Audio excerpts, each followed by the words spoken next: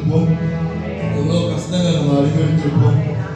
இந்த நேரத்தில் நம்ம ஆண்டவரை நோக்கி நம்ம பார்ப்போமா? நன்றி ஆண்டவரே, இயேசுவே நன்றி செலுத்துகிறோம் ஆண்டவரே. ஸ்ரீகதான வாசிக்கிரிவி மைந்தான வாசிக்கிரிவி ஸ்ரீகதான பூசிக்கிரிவி கையை உயர்த்தி கண்களை மூடி அப்படி தேவனை நோக்கி நம்ம பார்ப்போம். ஜெபமாக நன்றி செலுத்துகிறோம் ஆண்டவரே. அல்லேலூயா. நன்றி ஆண்டவரே.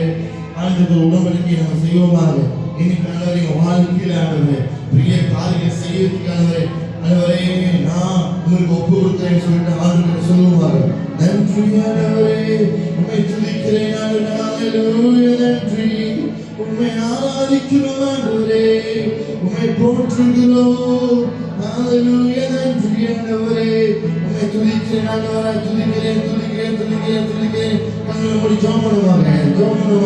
ஹalleluya. நன்றி இயேசுவே, இயேசுவே. அப்படியே இயேசுவை கூப்பிடுவாங்க. இயேசுவை கூப்பிடுவாங்க.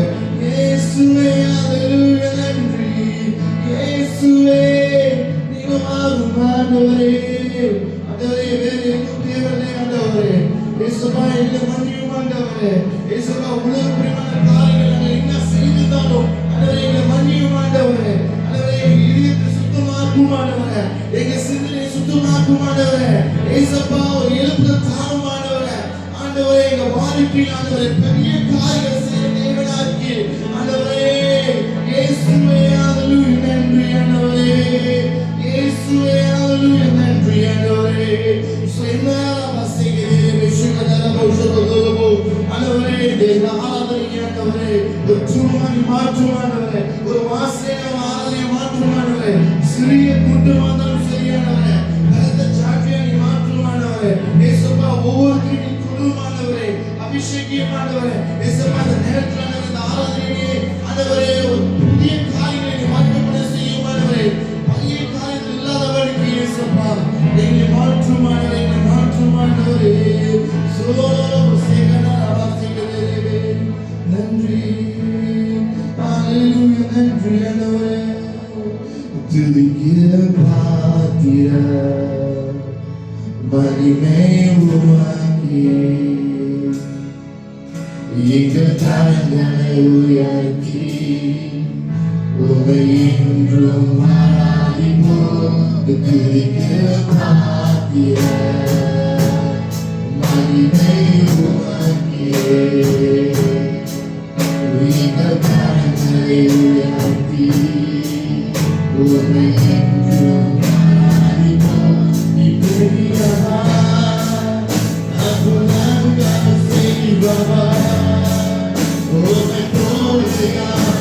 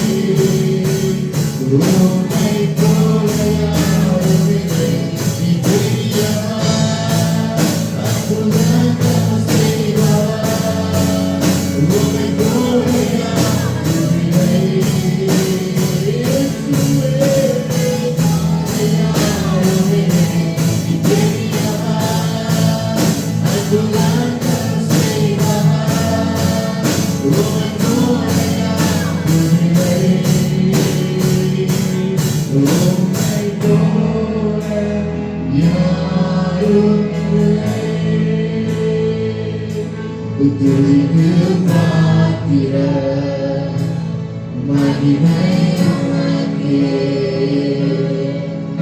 எங்கள் கரங்களை உயர்த்தி உம்மை என்றும் ஆராதிப்போம். துதிக்கு பாத்திரர் மகிமை உமக்கே.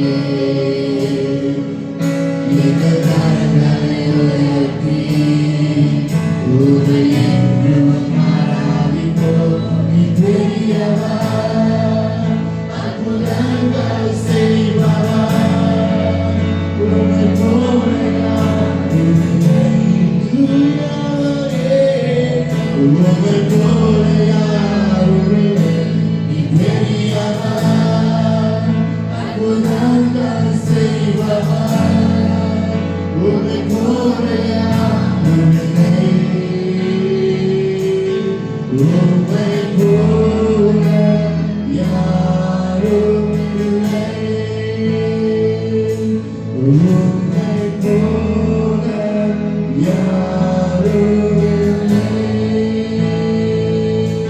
உம்மை போல யாரும் இல்லை.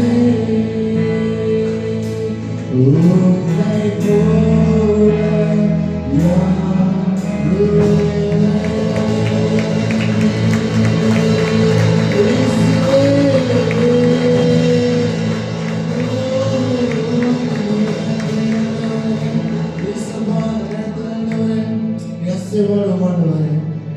ஜனங்களை தொடுமானவர் பெரிய காரியங்கள் ஜனங்களுக்கு செய்த நன்றி.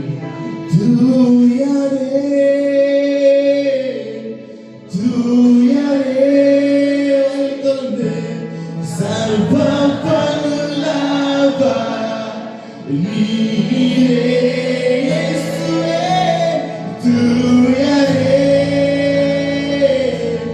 தூயரே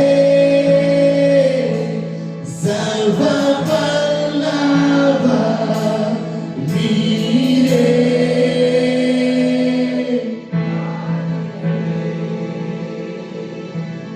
துதி உமக்கே.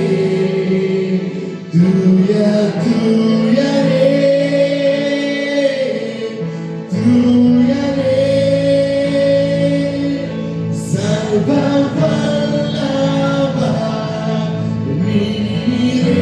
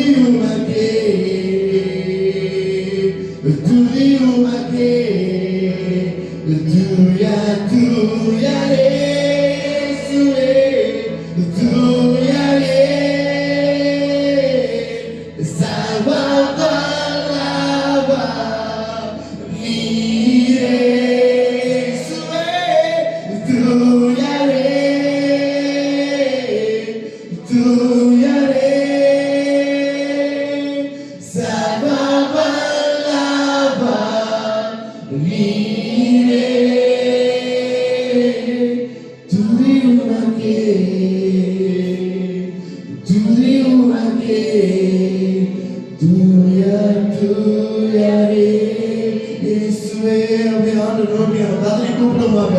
ஏசப்பா எங்க வாழ்க்கையில் ஆண்டவரே எல்லா கட்டுகளையும் உலகிற்கு நன்றி. எவ்வளோ வார்த்தை எனக்கு கடத்துதாண்டவரே, எதுவுமே நிறைவேறாம இருக்கிறாண்டவரே, அந்த வார்த்தைகளை நிறைவேறணும் சொல்லிட்டு ஆண்டவர்கிட்ட அப்படியே கதறி கேட்போவாங்க.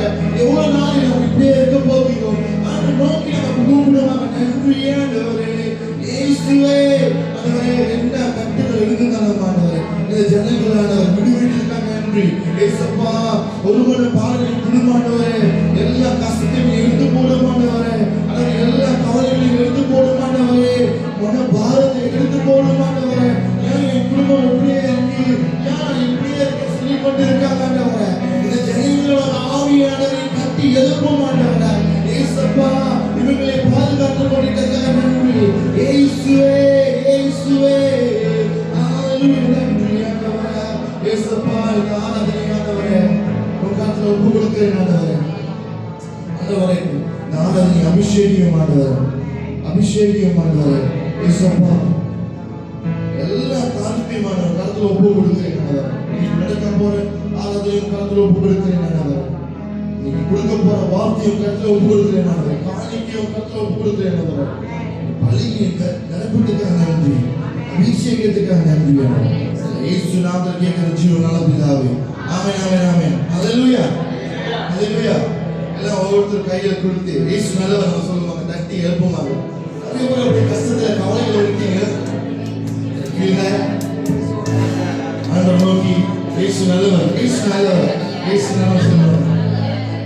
இன்னைக்கு ஆண்டவர் படைத்த நாள் அப்படி நடந்து நடந்து நடந்து அப்படியே எல்லாத்தையும் நடந்து கேட்டு சொல்லுவாங்க இயேசு நல்லவர் இயேசு நல்லவர் இயேசு நல்லவர்.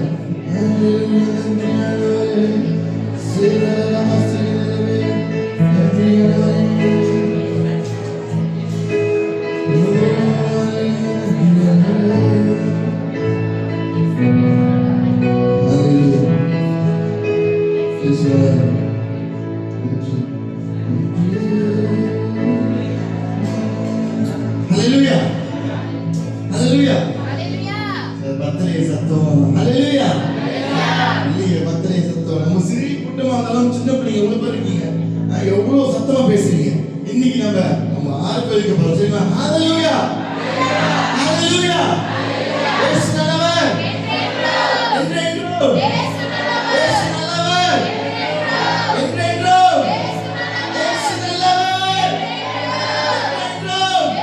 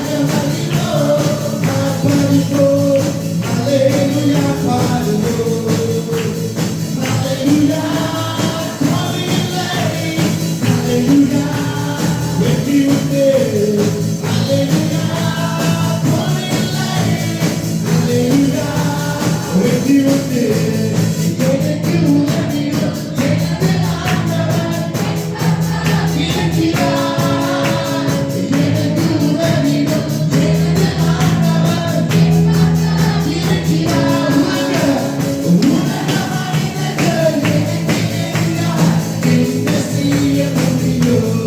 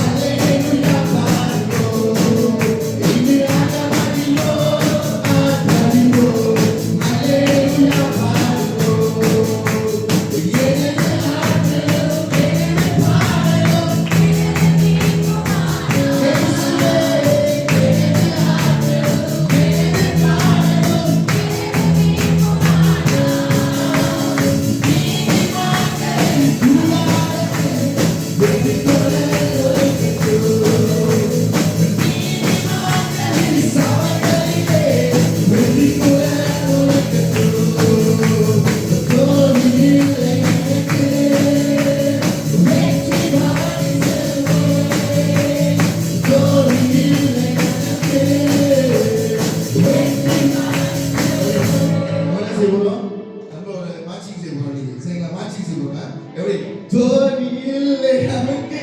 சரி அசைமா அசைவம் கொஞ்சம் அசைங்க. பாட்டு பாடிட்டு 2 மணி நேரத்துல அப்படியே வீட்டு ஓடிட்டு ஒரு வாரம் காணாவே போயிடுது.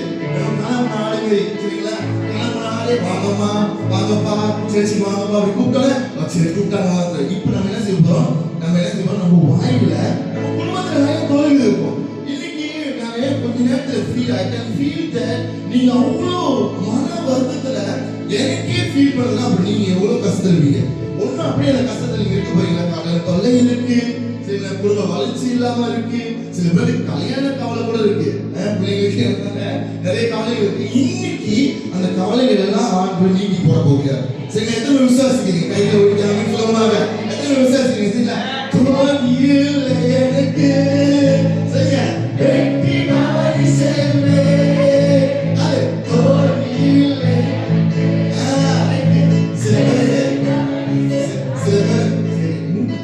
முட்டி வலி உங்களுக்கு ஓகே, முட்டி நல்லா இருக்குங்க இப்படிதான் எழுது நல்லா தூக்கிங்கப்பா.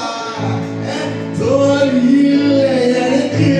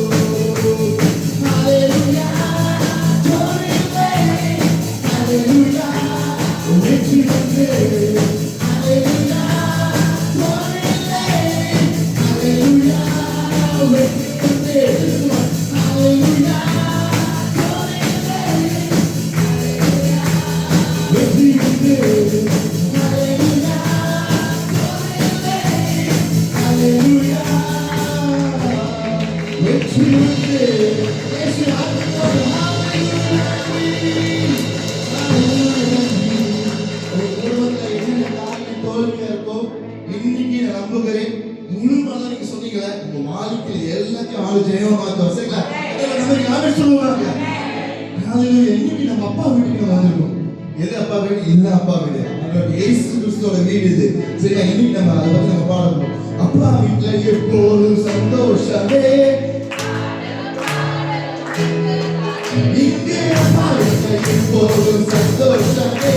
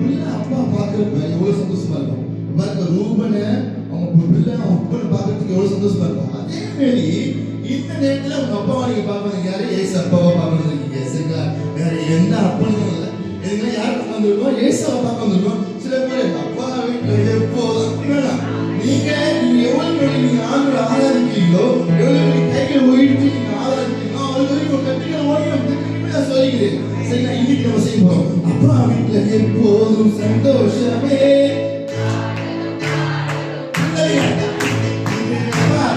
எப்போதும் சந்தோஷமே.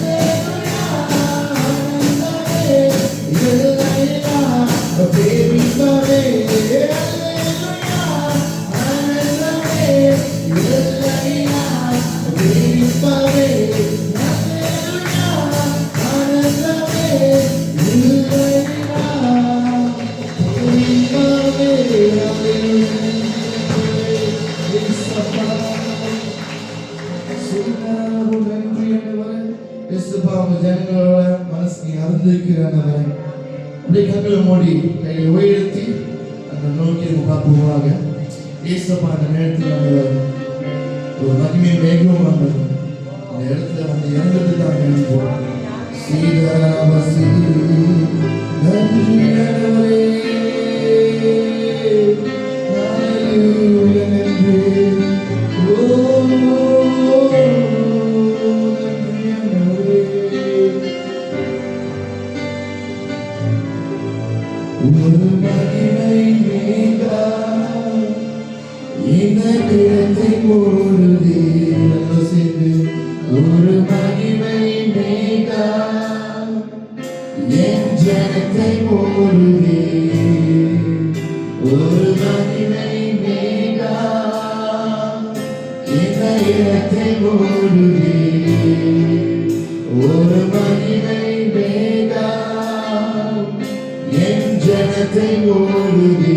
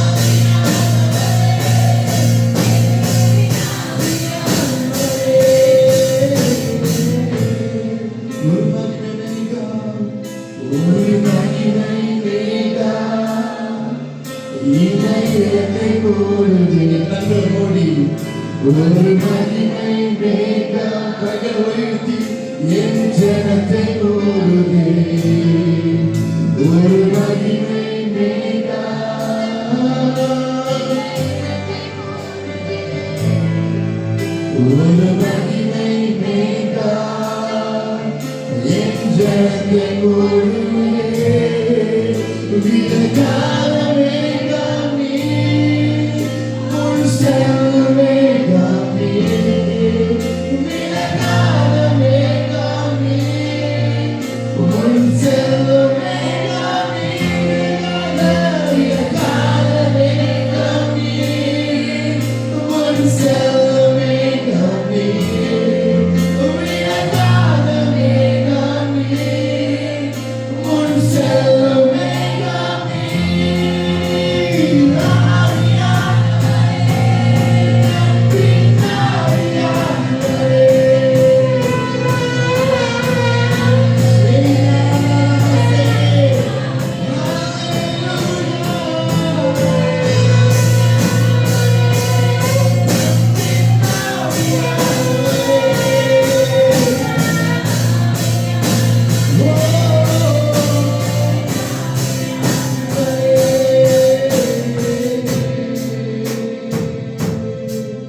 என் நேரில என் நடத்தையில என் உயிரில காத்திருக்கீங்க. சொல்லுவாங்க என் நேரில என் நடத்தையில என் உயிரில காத்திருக்கீங்க.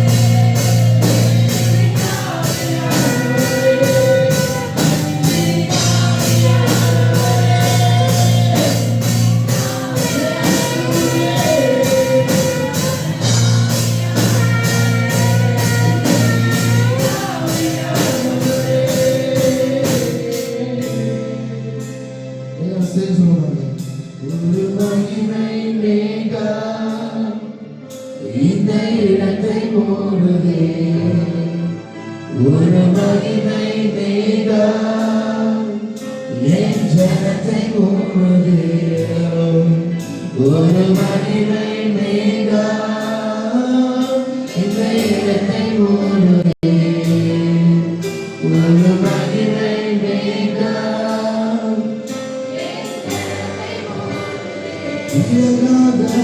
இலகாத மேகம் நீ முன் செல்லும் மேகம் நீ நம் இயேசு இலகாத மேகம் நீ இயேசுவே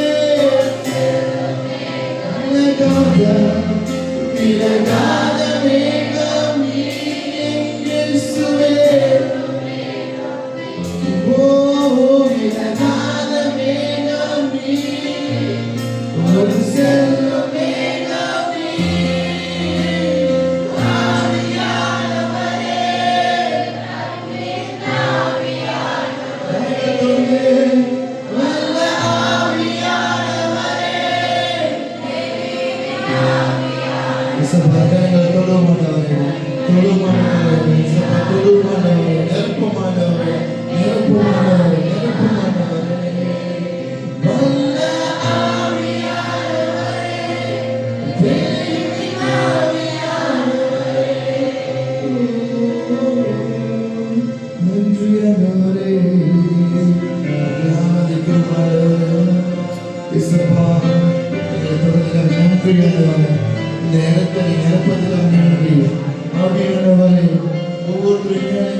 அபிஷேகத்தை ஊற்றுவாங்க. இன்னைக்கு வந்து எல்லாம் யாரும் திரும்பியா போகாத வரைக்கும் நீ பலப்படுத்துமானவர், வாழ்க்கையை பலப்படுத்துமானவர், ஒரு பெலஷனை பலப்படுத்துமானவர், இந்த வந்த ஜனங்களுக்கானவர், புதிய திருப்பத்தை கொடுமானவர், பழைய இல்லாதவரைக்கானவர், ஏசப்பா புதிய எண்ணியை கொடுமானவர், நீ நிரப்புமானவர், நீ விதமான தேவனானவர், எங்க தேவமாய் இருக்கிறவர், பரிசுத்தமானவர், ஏசப்பா எல்லாரையும் கொடுமா கைகளை உயர்த்தி அவரை ஆறு நோக்கி பார்ப்போம்.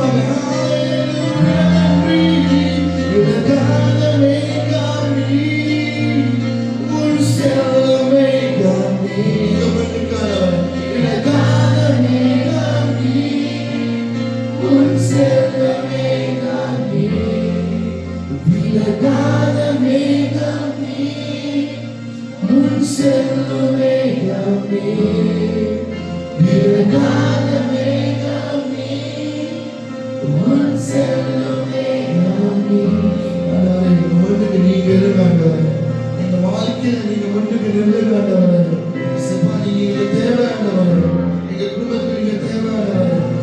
செய்த காரியங்கள் எல்லாத்துக்கும் நீங்க தேவையானவரே.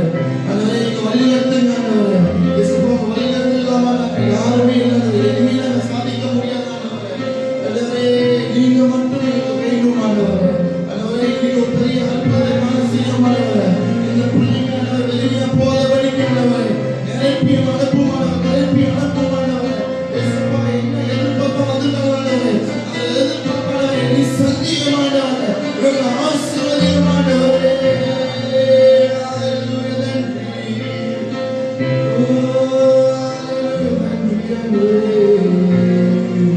சபா இன்னைக்கு இந்த ஆராதனை ஆசீர்வதியும் கொடுக்க போற வார்த்தை ஆண்டவரே, பலமான வார்த்தையை மாற்றும் எனது ஜீவியம் அபிஷேகியும் ஆண்டவர். அவர் நாவனை பயன்படுத்தும் ஆண்டவர். ஒரு வர வாங்கி நீ அறிந்திருக்கிறார்கள் சபா. நீ கொடுத்த ஒரு வார்த்தையில் ஒரு வல்லமையை நீ கொடுக்காண்டவர். ஜனங்களானவர் அதை புசிக்கிறார்கள் பலமா வீட்டுக்கு செல்லுங்க. நன்றி. ஆலயம் முற்றிலுமா கற்ற போது இயேசு நாமத்தில் ஜீவனாகவே ஆமென் ஆமென் ஆமென். ஹalleluya ஹalleluya ஹalleluya ஹalleluya. இன்னைக்கு அரேஷன் சாயிலிருந்து அந்த திடீர்னு வந்திருக்காரு. அந்த குணாவை சாயிட்டப்படுத்தி வந்திருக்காரு. அவர் கையில தட்டி நம்ம வந்து கால்போமாங்க. ஹalleluya praise God.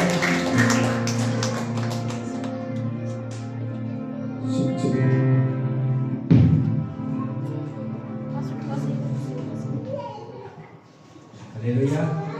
நல்ல கையை தட்டி ஆண்டவருக்கு நன்றி சொல்லிடுறோம்.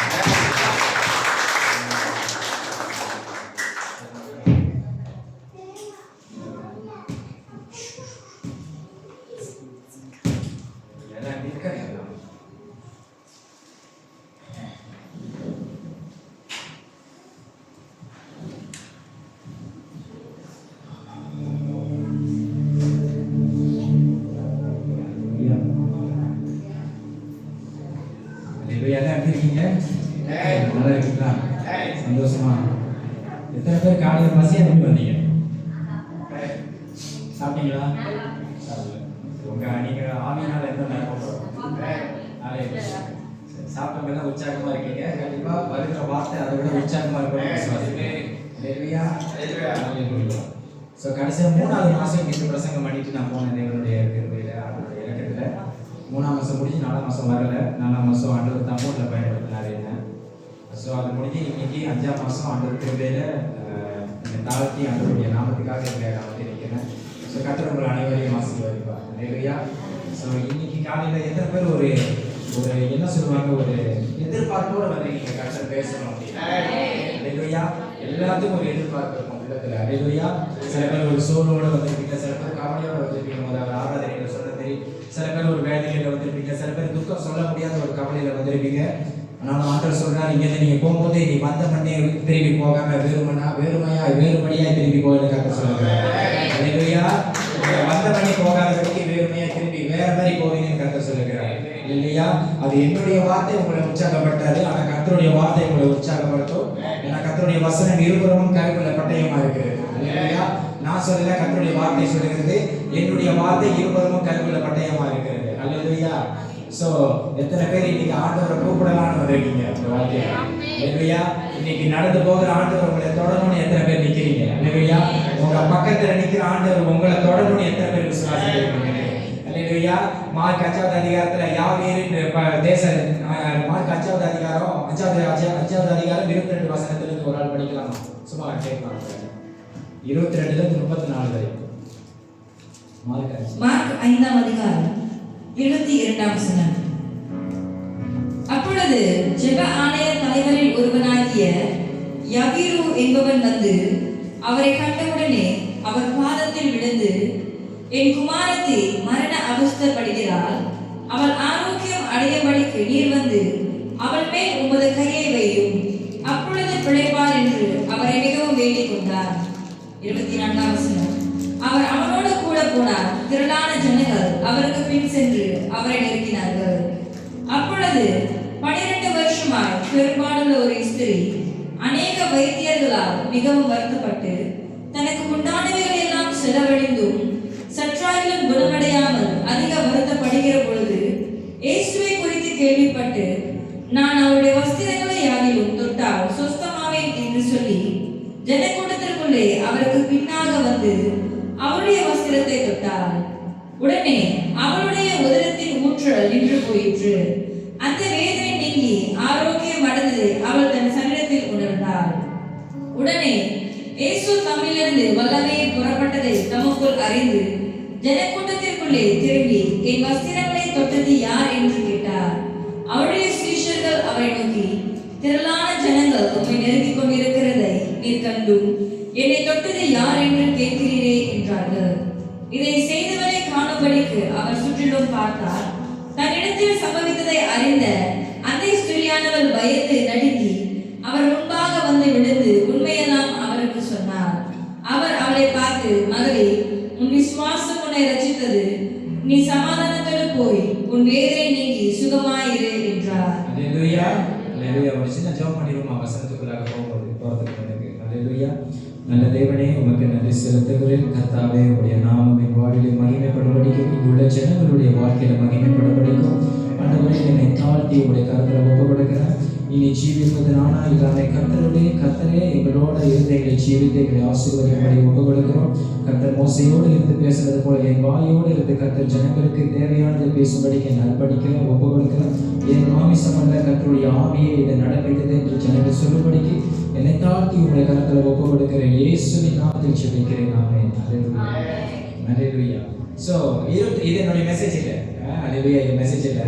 ஆனால் 22வது வசனத்துல யாவீர் என்ற ஒரு மனுஷன், அவன் வந்து ஜெப ஆலய தலைவர். அல்லேலூயா.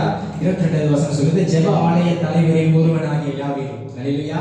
யாவீர் என்ற ஒரு மனுஷன், அவனுடைய மகள் வீட்டுல மரண அவஸ்தைப்படுகிறாள் என்று கர்த்தரை நோக்கி கூப்பிடுகிறான், ஆண்டவரை நோக்கி கூப்பிடுகிறான். அப்ப அந்த ஒரு காரணம் நல்லா கவனிங்க. யாவீர் என்ற ஒரு மகளுக்காக தான் கர்த்தர் போறார் சுகப்படுத்த. அவ வரும்பி கேட்கிறார், ஆண்டவரே, மரண வேதனையில என்னுடைய மகள் அவஸ்தைப்படுகிறாள், நீங்க வந்து அவருக்கு சுகம் கொடுங்க, நீங்க வந்து அவரை சுத்தமாக்குங்க அப்படின்னு ஆண்டவரை கூப்பிடுறாங்க. ஆண்டவர் என்ன செய்யறாரு, சரி நான் வர ஒத்துக்கிட்டு அவங்க பின்னால போகிறாங்க. போகிற பாதையில, அல்லேலூயா, போகிற பாதையில 12 வருஷமாய் ஒரு பாடுள்ள ஒரு ஸ்திரீ. அது நமக்கு எல்லாத்துக்கும் தெரியும் அந்த கதை. ஆனா நமக்கு தெரியாத ஒரு ரெவலேஷன் ஆண்டவர் நீங்க கொடுப்பார். அல்லேலூயா.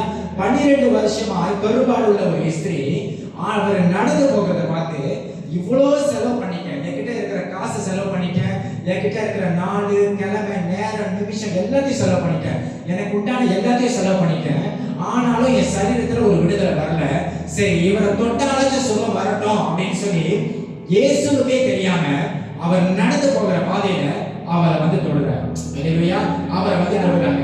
தொட்ட பிறகு தேவனுடைய வல்லமை அவங்களுக்குள்ளாக புறப்பட்டு அந்த விசிறிகளுக்குள்ளே வருகிற அந்த வழிபாடு, அந்த ரத்த வழிபாடு நின்றுச்சு. இல்லையா? அவங்க ஒரு சுகத்தை கண்டு அந்த விடுதலையை அவங்க பெற்றுக்கொண்டு ஒழிச்சிட்டாங்க, மறைஞ்சிட்டாங்க.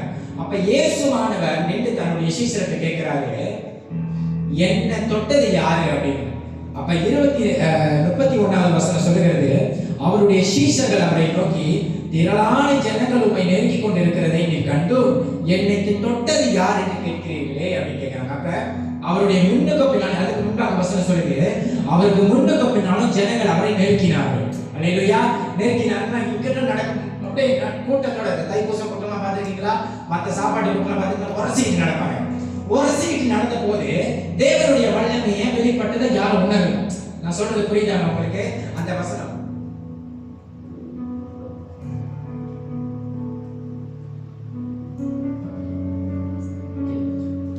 வசனம் அழகா சொல்லுகிறது, முன்னும் பின்னுமாய் அவரை நெருக்கி நடந்தார்கள். அல்லேலூயா. முன்னும் பின்னுமாய் அவரை நெருக்கி நடக்கும்போது தன்னோடு நடக்கிற தேவன் யார் என்று அநேகர் உணராம இருந்தாங்க. புரியுதா நான் சொல்றது உங்களுக்கு? அப்ப இன்னைக்கு கர்த்தருக்குள்ள இருக்கிற கிறிஸ்தவர்கள் ஒரு சில பேர், நமக்குள்ள இருக்கிறவர் யார், நம்ம நெருங்கி நடக்கிறவர் யார், நம்ம கரம் பிடித்து நடக்கிறவர் யாருன்னு உணராம இருக்காங்க. அதனாலதான் சில பேருக்கு பயம், சில பேருக்கு திகில், சில பேருக்கு கவலை, சில பேருக்கு துக்கம், சில பேருக்கு வேதனை. ஆனா அந்த ஒரு ஸ்திரீ இருந்தா, அந்த ஒரு ஸ்திரீ ஆண்டவரை கண்டு அவருடைய வஸ்திரத்தை தொட்டு சுகப்பட்டு ஆண்டவர் நின்று கேட்கிறார். இப்ப நம்ம பாஷையில போகும்போது, நம்ம நடந்து போகும்போது, நம்ம ஆண்டவர் நடந்து போறாரு, ஆண்டவர் நிற்கிறாரு, ஒருத்தவங்க தொட்டுட்டாங்க, ஆண்டவர் திரும்பி கேட்கிறாரு, என்ன தொட்டது யாருப்பா, என்ன தொட்டது யாருப்பான்னு. உடனே சீஷர்கள் சொல்றாங்க, என்ன ஆண்டவர் யோசித்தனமா பேசுறீங்க, எல்லாமே உங்களை நெருக்கி தானே வராங்க, எல்லாமே உங்களை உரசிக்கிட்டு தானே வராங்க, அப்ப எப்படி என் வல்லமை புறப்பட்டு போனச்சுன்னு நீங்க சொல்றீங்கன்னு. ஆனா ஆண்டவர் அவருடைய வல்லமையை புறப்பட்டு போனதை கொண்டு வந்தார். இல்லையா? இயேசு அவளுக்காக வரல. நல்லா கவனிங்க. இயேசு அந்த இடத்துல அவளுக்காக வரல. அல்லேலூயா. இயேசு அந்த இடத்துல அவளுக்காக வரல. அவர் போகிறத கண்டுதான் இயேசு போகிறத கண்டு அவ இயேசுவினுடைய வஸ்திரத்தை தொட்டு வல்லமை புறப்பட்டு போனோன்னு கர்த்தர் நின்றார். இன்னைக்கு நம்மள அநேகருக்கு ஒரு தேவை இருக்கு. அல்லேலூயா. அநேக தேவைகளை கர்த்தர் விரைந்து கொண்டு போய் கொண்டிருக்கிறார். கர்த்தர் விரைந்து கொண்டு போயிட்டு இருக்காரு. கடைசி காலத்தின் ஆரம்பத்துல எத்தனை பேர் அவளை தொட்டு நம்ம நிப்பாட்ட போறோம். நான் சொல்றது புரியுதுங்களா? இது ஆவிக்குரிய ரெவலேஷன் கர்த்தர் கொடுத்தது, நான் கொடுத்தது. நான் கொடுத்ததுன்னா உங்களுக்கு அது நார்மலா தெரியாது. கர்த்தர் நடந்து போகிற பாதையில கர்த்தர் உங்களை கடந்து போய் கொண்டிருக்கிறார். எத்தனை பேர் விரைந்து போய் அவரை தொட போறீங்க? அல்லேலூயா. தொட்டவங்களுக்கு சுகம், தொட்டவங்களுக்கு விடுதலை, தொட போகிறவங்களுக்கு அற்புதம். அப்ப ஆண்டவர் கேட்கிறாரு, எல்லாமே தான் என்ன உரச, எல்லாமே சொல்றாங்க. ஆண்டவர் பார்த்து தூதர்கள் சிஷ்யர்கள் சொல்றாங்க, எல்லாமே தான் என்ன உரசனாங்க. ஆண்டவர் எல்லாமே தான் உரசனாங்க. நீங்க என்ன ஆண்டவர் ரெண்டு யார் என்ன உரசனாங்க? ஆனாலும் இயேசு அவளை தொட்டத அவ உணர்ந்து இன்னைக்கு கேட்கிறாங்க. இன்னைக்கு அநேக நம்மள இங்க நிக்கிறோம்ல, நம்மள எத்தனை பேர் அந்த தொடுதலை உணர போறோம்? அல்லேலூயா. நம்மள எத்தனை பேர் அந்த தொடுதலை உணர போறோம்? இயேசு நம்ம பக்கத்துல தான் இருக்காருன்னு நிறைய பேர் நினைக்கிறாங்க. ஆனா அவர் தீவிரமாய் போகிறார். இப்ப நம்ம தேவையில்லை, நம்ம குடும்பத்துல ஒரு ஆளுக்கு ஒண்ணு நம்ம அவசரமா போய்கிட்டு இருக்கோம் ஹாஸ்பிட்டலுக்குன்னா, நடுவில் யாராச்சும் நின்று நம்ம கிட்ட பேசுறதுக்கு கூட நமக்கு டைம் இருக்காது. புரியுதா? நம்ம அவசரத்துக்கு ஹாஸ்பிட்டலுக்கு போய்கிட்டு இருக்கோம். நம்ம ஃபேமிலியில குடும்பத்துல யாருக்கோ ஒரு ஆளுக்கு அவசரம், அந்த அவசரத்துல ஹாஸ்பிட்டலுக்கு போய்கிட்டு இருக்கோம். நடுவில் கால் பண்ணி டேய் மச்சான் தண்ணி குடிச்சிட்டு போவோம், காபி குடிச்சிட்டு போவோம் யாராச்சும் கூப்பிட்டா நமக்கு நிக்க டைம் இருக்கும்? டைம் இருக்காது. ஏன்னா நம்ம போகிற காரியம் அவர் யாவீரு என்ற ஒரு மகளுடைய சுகம் கொடுக்கிறதுக்காக தீவிரமாய், வசனம் சொல்றது தீவிரமாய் போய் கொண்டிருக்கிறார். வேகமா விரைந்து கொண்டிருக்கிற போகிற இயேசு நின்றார். ஆனாலும் இயேசு நின்றார். ஒருத்தருடைய கூப்பிடுதலின் சத்தத்துக்காக, ஒருத்தருடைய தொடுதலின் மூலமா அவருடைய வல்லமை வெளிப்பட்டு போனதுனால கர்த்தர் நின்றார். மற்றவங்க மனுஷன் நிக்க மாட்டான். அல்லேலூயா. இந்த நாளே நிக்க மாட்டாங்க, எந்த ஒரு ஊழியக்காரரும் நிக்க மாட்டாங்க. ஆனா கர்த்தர் நின்றார். இப்ப ஒரு ஊழியக்காரருக்கு அவங்க மனைவிக்கு ஒரு தேவை, ஹாஸ்பிட்டல் வேகமா போய்கிட்டு இருக்காரு. அந்த நேரத்தில் ஒரு விசுவாசி கால் பண்ணி, பாஸ்டர் எனக்கு இந்த மாதிரி சூழ்நிலை ஏத்துக்க, இல்ல பாஸ்டர் எனக்கு ஒரு சூழ்நிலை சுகப்படுத்தி ப்ரே பண்ணுங்கன்னா வருவாங்களா? இல்ல டிசிஷன் அனுப்புறேன், இல்ல அந்த பிரதர் அனுப்புறேன், இல்ல சபையோட மூப்பர் அனுப்புறேன் தான் சொல்லுவார். எந்த தலைவரும் வர மாட்டாங்க. ஆனா கர்த்தர் ரெண்டு வந்தார். எத்தனை பேர் விசுவாசிக்கிறீங்க சொல்லுங்க? அல்லேலூயா. அவர் தீவிரமா யாவீரு என்ற ஒரு ஜெப ஆலய தலைவனுடைய மகனை சுகப்படுத்த போய் கொண்டிருக்கிறார், விரைந்து போய் கொண்டிருக்கிறார். ஆனாலும் ஒருத்தனுடைய தொடுதலுடைய உணர்வை உணர்ந்து நின்றார். எத்தனை பேர் அதை விசுவாசிக்கிறீங்க? கர்த்தர் இன்னைக்கு இந்த சபையில உலாவி கொண்டிருக்கிற ஆண்டவர் உங்களை தொடுறதுக்காக உங்க பக்கத்துல நிக்கிறார். எத்தனை பேர் விசுவாசிக்கிறீங்க? அல்லேலூயா. விசுவாசித்தால் தேவனுடைய மகிமை காண்பார். அல்லேலூயா. இது மெசேஜ் இல்லை, ஆனாலும் இது கொடுக்கும்படிக்கு என்னுடைய உள்ளம் ஏவப்பட்டது, அதை நான் கொடுக்கிறேன். அல்லேலூயா. இது எத்தனையோ வாட்டி நம்ம படிச்சிருப்போம். சண்டே ஸ்கூல்ல கூட இதை போஷிப்பாங்க, இதை பிரசங்கம் பண்ணிருப்பாங்க. ஆனால் இந்த ஒரு ரெவலேஷன் ஆண்டவர் கொடுத்ததில்லை. ஆண்டவர் கொடுத்த ரெவலேஷனை நான் உங்களோட பகிர்ந்து கொள்கிறேன். அல்லேலூயா. எத்தனை பேர் கர்த்தர் நிக்கணும், எனக்காக நிப்பான்னு விசுவாசிக்கிறீங்க? நிக்கணும்ன்றது ஒண்ணு, ஆனா எனக்காக நிப்பான்னு விசுவாசிக்கிறது இன்னொன்னு. எத்தனை பேர் விசுவாசிக்கிறீங்க? அல்லேலூயா. நான் கூப்பிட்டா கர்த்தர் வருவார்னு முதல்ல விசுவாசிக்கணும். விசுவாசித்தாதான் தேவனுடைய மகிமையை காண முடியும். அல்லேலூயா. விசுவாசம் இல்லாம ஆண்டவரை வாழும், ஆண்டவரை தாருன்னா என்னத்தை தருவார், எங்க வருவாரு? அல்லேலூயா. விசுவாசித்தாதான் காண முடியும். அவ்வளவுதான். வசனம் அழகா சொல்லுது, இவரை தொட்டாலாகிலும் என்னுடைய நோய்கள் சுகமாகும் விசுவாசித்து போய் தொட்டார்.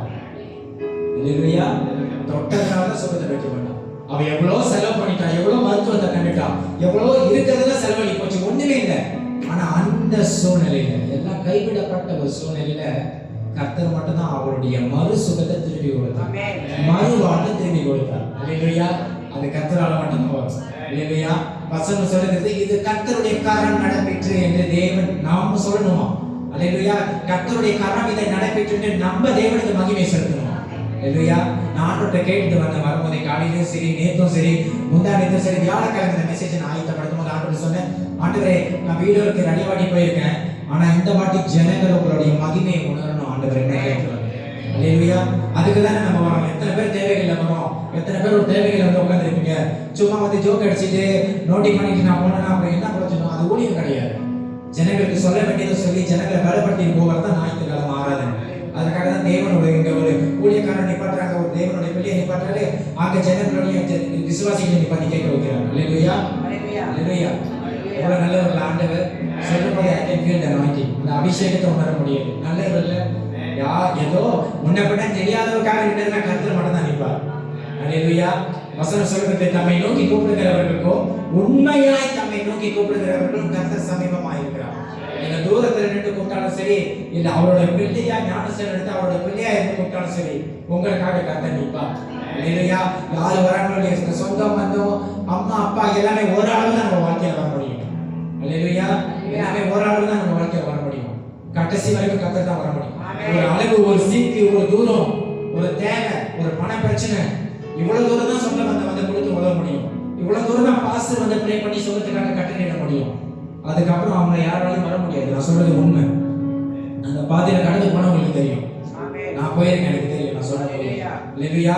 ஒரு சுகம் தேவை, ஒரு விடுதலை தேவை, ஒரு காரியம் தலைமா மாறணும். ஆண்டவரே இது முடியலனே நிறைய பேருக்கு ஜெபம் பண்ண கேட்டிருக்கோம். நம்ம கையை பிடிச்சி ஜெபம் பண்ணி ஊழியக்காரங்க வருவாங்க. அல்லேலூயா. நமக்கு கொடுத்த உதவத்துக்கு சொந்த பந்தம், தெரிஞ்சவங்க தெரியாதவங்க எல்லாம் வருவாங்க. ஆனா அதெல்லாம் ஒரு அளவு வரைக்கும் தான், இது வரைக்கும் தான் வர முடியும். அல்லேலூயா. அதையும் தாண்டி கர்த்தர் மட்டும் தான் வர முடியும். அதை எத்தனை பேர் விசுவாசிக்கிறீங்கன்னு எனக்கு தெரியும். அல்லேலூயா. முடிவு பரியந்த நிலை நிற்பவனே ரட்சிக்கப்படுவான். முடிவு பரியந்த வரை நில்லுங்க. இயேசுதான் வேணும்னு நில்லுங்க. நீங்க தான் செஞ்சு ஆகணும்னு நில்லுங்க. நீங்க தான் இதை மாத்தணும்னு நில்லுங்க. கர்த்தர் மாத்துவான். அல்லேலூயா. கர்த்தர் செய்வான். அல்லேலூயா. அதற்காக தான் நம்ம அவருடைய பிள்ளையை அழைக்கப்பட்டிருக்கோம். அதற்காக தான் நம்ம அவருடைய பிள்ளையா ரத்தத்தால கல்லப்பட்டு ஞானஸ்நானம் எடுத்து இன்னைக்கு கிறிஸ்துவனா உட்கார்ந்திருக்கோம். அல்லேலூயா. அல்லேலூயா. நல்லவர் கர்த்தர், சூப்பர் ஆண்டவர். அதே நல்லவர் அப்படியே வச்சு கொடுங்க. அப்ப இன்னைக்கு ஆண்டவருக்கு வந்து நமக்குள்ள எல்லாத்துக்கும் ஒரு கேள்வி இருக்கும் தானே? நமக்குள்ள எல்லாத்துக்கும் ஒரு கேள்வி இருக்கும். ஆண்டவரே என்னை நீங்க ஆசீர்வதிக்கணும். அல்லேலூயா. நீங்க என்ன ஆசீர்வதிக்கணும் சொல்லுவாங்க. நீங்க என்ன ஆசீர்வாதித்தா ஒளியை தடுத்து விட்டு உங்களை போக விட மாட்டேன்னு கேட்பாங்க பைபிள்ல. அதே மாதிரி நம்ம எல்லா மனுஷருக்குள்ளேயும் இன்னைக்கு ஒரு தேவை இருக்கும். ஆண்டவரே என்ன ஆசீர்வதிங்க இந்த காரியத்துல. ஆண்டவரே இந்த காரியத்துல என்ன ஆசீர்வதிங்க. ஆண்டவர் சொல்லுகிறாரு, உடனே வந்து சொல்லுகிறாரு, நீ என்னோடு ஒரு உடன்படிக்கை செய். நீ என்னோடு ஒரு உடன்படிக்கை செய்.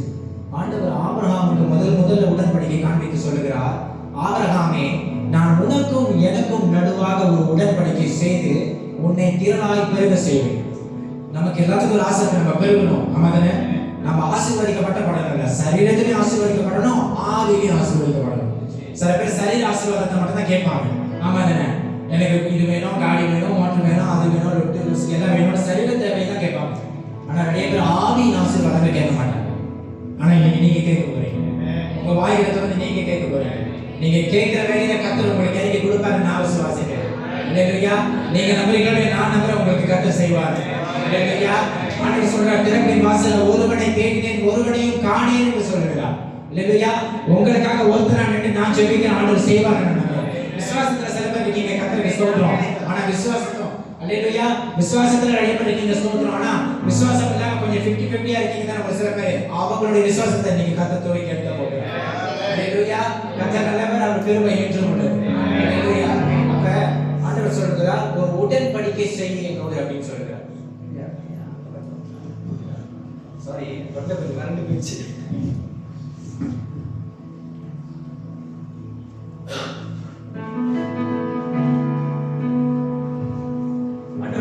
என்னோடு ஒரு உடன்படிக்கை செய்யன்னு சொல்லுகிறார். அல்லேலூயா. உடன்படிக்கை என்றால் என்ன? யாராச்சும் சொல்ல முடியுமா? தவறான பரவாயில்ல. உடன்படிக்கை என்றால் என்ன? தேவனுக்கும் மனுஷனுக்கும் நடுவாக ஒரு உடன்படிக்கை செய்ய கர்த்தர் சொல்கிறார். உடன்படிக்கை என்றால் என்ன? யாராச்சும் சொல்ல விரும்புறீங்களா? யாராவது சொல்லுங்க. தவறாதான் பரவாயில்ல. இது தேவனுடைய சமூகம். நம்ம ஒருத்தர் மாற்றிக்கொண்டே ஜெபிக்கிறதுக்கு தான் ஆண்டவர் அழைத்திருக்கிறார். நீங்க யாரும் பெர்ஃபெக்ட். தவறாதான் பயப்பட தேவை. ஒப்பு கொடுக்கிறது வெரி குட். வேற உறவாக வெரி குட். உறுதியா இருக்கிறது வெரி குட். இப்ப திருமணம் செய்வாங்க, பார்த்துருக்கீங்களா? இங்க எல்லாமே திருமணம் செஞ்சவங்க இருக்கீங்க, திருமணத்துக்கு போய் திருமணத்தை பார்த்துருக்கீங்க. அங்க கணவன் மனைவிக்குள்ளாக கைப்பிடித்து பாசஞ்சவங்க பண்ணி சொல்லுவாங்கல்ல, உயர்விலும் தாழ்விலும், நன்மையிலும் தீமையிலும், எல்லாத்திலும் உயர்விலும் எல்லாத்திலும். அது ஒரு உடன்படிக்கை, ஒரு பொருத்தனை. உடன்படிக்கை என்றால் ஒரு பொருத்தனை. இல்லையா? உடன்படிக்கை என்றால் ஒரு பொருத்தனை. ஒரு வேலை இடத்துல பாஸ் கிட்ட ஒரு தொழிலாளி செய்வாங்க, பார்த்துருக்கீங்களா? பாஸ், நான் இன்னிலேருந்து கரெக்டாக வந்தேன் வேலைக்கு, நீங்க கொடுத்த வேலையை விட 2 மடங்கு செஞ்சாங்க, என்ன ஆசீர்வதிக்க சம்பளத்தை ஏற்றி கொடுங்க. அது ஒரு உடன்படிக்கை, அது ஒரு பொருத்தனை. ஏன்னா பாஸோட செய்யணும், அவர் தான் நமக்கு சம்பளம் கொடுக்குறாரு. ஆமாவா இல்லையா? கணவன் மனைவிக்குள்ளாக செய்யற பொருத்தனை கடைசியிலும் இணைந்து வாழணும், தேவ சமூகத்துல கொடுக்கிறது. அது ஒரு உடன்படிக்கை, அது ஒரு பொருத்தனை. அதே மாதிரி மனுஷனை உண்டு பண்ணின கர்த்தர் சொல்லுகிறார், ஆபிரகாம் மனுஷனால் உண்டாக்கப்பட்ட, தேவனால் உண்டாக்கப்பட்ட மனுஷனை பார்த்து சொல்லுகிறார், ஆபிரகாமே நீ எனக்கும் உனக்கும் முன்பாக மத்தியில் ஒரு உடன்படிக்கை செய், நான் உன்னை திரளாய் பெருக செய்வேன். அல்லேலூயா. ஆதியாகமம் 17வது அதிகாரம் சொல்லுவோங்க. 17வது அதிகாரம் முதல் வசனம்.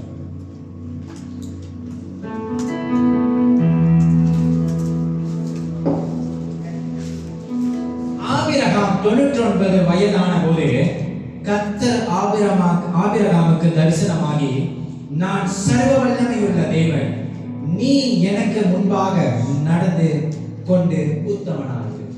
வசனத்தை நம்ம படிக்கும் போது பிச்சு படிக்கணும், அப்பதான் அது புரியும். ஆண்டவர் சொல்ற ஆபிரகாம் 99 வயதான போது. 99 வயதுனா ஒரு பருவம், ஒரு வாழ்க்கையோட முடிவு தெரியுங்களா? ஒரு வாழ்க்கை ஆண்டவர் 20 வயசுல ஆண்டவராக பார்த்து பேசல, 40 வயசுல பார்த்து பேசல, 99 வயசுல பார்த்து பேசல. அப்பனா ஒரு ஜெனரேஷன் முடிஞ்சு இன்னொரு ஜெனரேஷனுக்குள்ளாக இருக்கிறோம். அப்ப ஒரு முடிவான ஒரு மனுஷனுடைய முடிவுக்குள்ளாக வந்து நிற்கும் போது, ஒரு மனுஷன் அவனுடைய முடிவுல வந்து நிற்கும் போது கர்த்தர் சொல்லுகிறார், நீ என்னோடு உடன்படிக்கை செய்து எனக்கு முன்பாக உத்தமனாய் அப்படின்னு சொல்ற. கர்த்தர் ஆபிரகாமுக்கு தரிசனமாகி, நான் சர்வ வல்லமையுள்ள தேவன், நீ எனக்கு முன்பாக நடந்து கொண்டு உத்தமனாய். இப்ப ஒரு தவறான ஒரு கணவன், சரியான ஒரு மனைவி உடன்படிக்கை செய்ய முடியுமா? முடியாது. செஞ்சாலும் நிற்காது. ஏன்னா 2 பேருக்குள்ளேயும் உத்தமம் இல்லை, உண்மை இல்லை, உத்தமம் இல்லை. புரியுதா? ஆண்டவர் சொல்றாரு, உடன்படிக்கை செய்வதற்கு முன்பாக ஒரே ஒரு குவாலிஃபிகேஷன் அவங்க கிட்ட எதிர்பார்க்கிறாரு, நீ எனக்கு முன்பாக நடந்து கொண்டு உத்தமனாய். உனக்கு கொடுக்கப்பட்ட ஊழியத்துல உத்தமமாயிரு, உனக்கு கொடுக்கப்பட்ட வேலையில உத்தமமாயிரு, உனக்கு கொடுக்கப்பட்ட குடும்பத்துல உத்தமமாயிரு, உனக்கு கொடுக்கப்பட்ட சபை ஊழியத்துல உண்மையாயிரு, உத்தமமாயிரு. நீ உத்தமமா இருக்கும் போது நீ என்னோட உடன்படிக்கை செய்ய வேணாம், நானே உன்னோட உடன்படிக்கை செய்ய வருவேன். இல்லையா? நல்ல கவனிங்க இந்த வசனத்தை. ஆண்டவர் அவருடைய ஆரம்பத்துல சொல்லியிருக்கலாம், இல்ல அவருடைய நடு பருவத்துல சொல்லியிருக்கலாம். ஆனா முடிவுல போய் சொல்றாரு. 91 வயது என்பது முடிக்க போற ஒரு வயசு, கிளம்ப போற ஒரு வயசு. நம்ம பாஷையில சொல்ல போனோம், அந்த கிளம்ப போற வயசுல ஆண்டவர் நிப்பாட்டி ஆபிரகாமுக்கு சொல்றாரு. அதுக்கு முன்னே தெரிஞ்சு கொண்டார். ஆதியாகமம் 12வது அதிகாரம் பார்த்தீங்கன்னா அதுக்கு முன்னே சொல்லுவார். ஆதியாகமம் 12 பாருங்க, 1, 2, 3 நான் வாசிக்கிறேன். கர்த்தர் ஆபிரகாமை நோக்கி, நீ உன் தேசத்தையும் உன் இனத்தையும் உன் தகப்பனுடைய வீட்டையும் புறப்பட்டு நான் காண்பிக்கும் தேசத்துக்கு போ.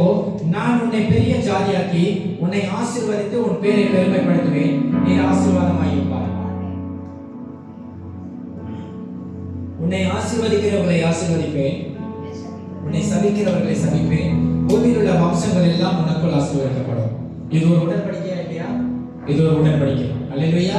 ஆண்டவர் அழைக்கிறதுக்கு முன்னாடி இது இப்ப பேசுறாரு. ஆனாலும் உடன்படிக்கை என்பது 99 வயசுல தான் செய்யறாரு. இப்ப ஆண்டவர் ஆபிரகாமுக்கு நடுவுல வயது அந்த 99, அதாவது முடிவு பரியந்தக்கு இன்னும் போல. அப்ப முடிவு பரியந்த போகாத முன்னே வாக்கு கொடுக்கிறாரு. ஆனாலும் அதை உடன்படிக்கையா தேவன் செய்யவில்லை. எத்தனை பேருக்கு புரியுது நான் சொல்றது? வாக்கு கொடுக்கிறாரு, நான் அவனை ஆசீர்வதிப்பேன்னு சொல்றாரு. நீ என் பேச்சுக்கு கீழ்ப்படி என்னுடைய ஆசீர்வாதத்துக்குள்ளாக கடந்து வரணும்னா உன் வீட்டை விட்டு, உன் தேசத்தை விட்டு, உன் நாட்டை விட்டு, உன் குடும்பத்தோட வா. ஆனாலும் உடன்படிக்கை தேவன் இன்னும் மனுஷனோடு செய்யவில்லை, ஆபிரகாமோடு செய்யவில்லை. ஆனா 17வது வசனத்தில் ஆண்டவர் சொல்றாரு, ஆபிரகாம் 99 வயதான போது கர்த்தர் ஆபிரகாமுக்கு தரிசனமாகி, நான் சர்வ வல்லமையுள்ள தேவன். எப்படி? நான் சர்வ வல்லமையுள்ள தேவன், எல்லா வல்லமையும் எனக்கு கொடுக்கப்பட்டிருக்கு. லூக்கா 10:19 வசனம் சொல்லுகிறது, இதோ சர்ப்பங்களையும் தேள்களையும் மிதிக்கவும் சத்துருவினுடைய சகல வல்லமைகளை மேற்கொள்ளவும் கர்த்தர் எனக்கு அதிகாரம் கொடுத்திருக்கிறார். அல்லேலூயா. அந்த வசனத்தை போடலாமா? லூக்கா 10:19.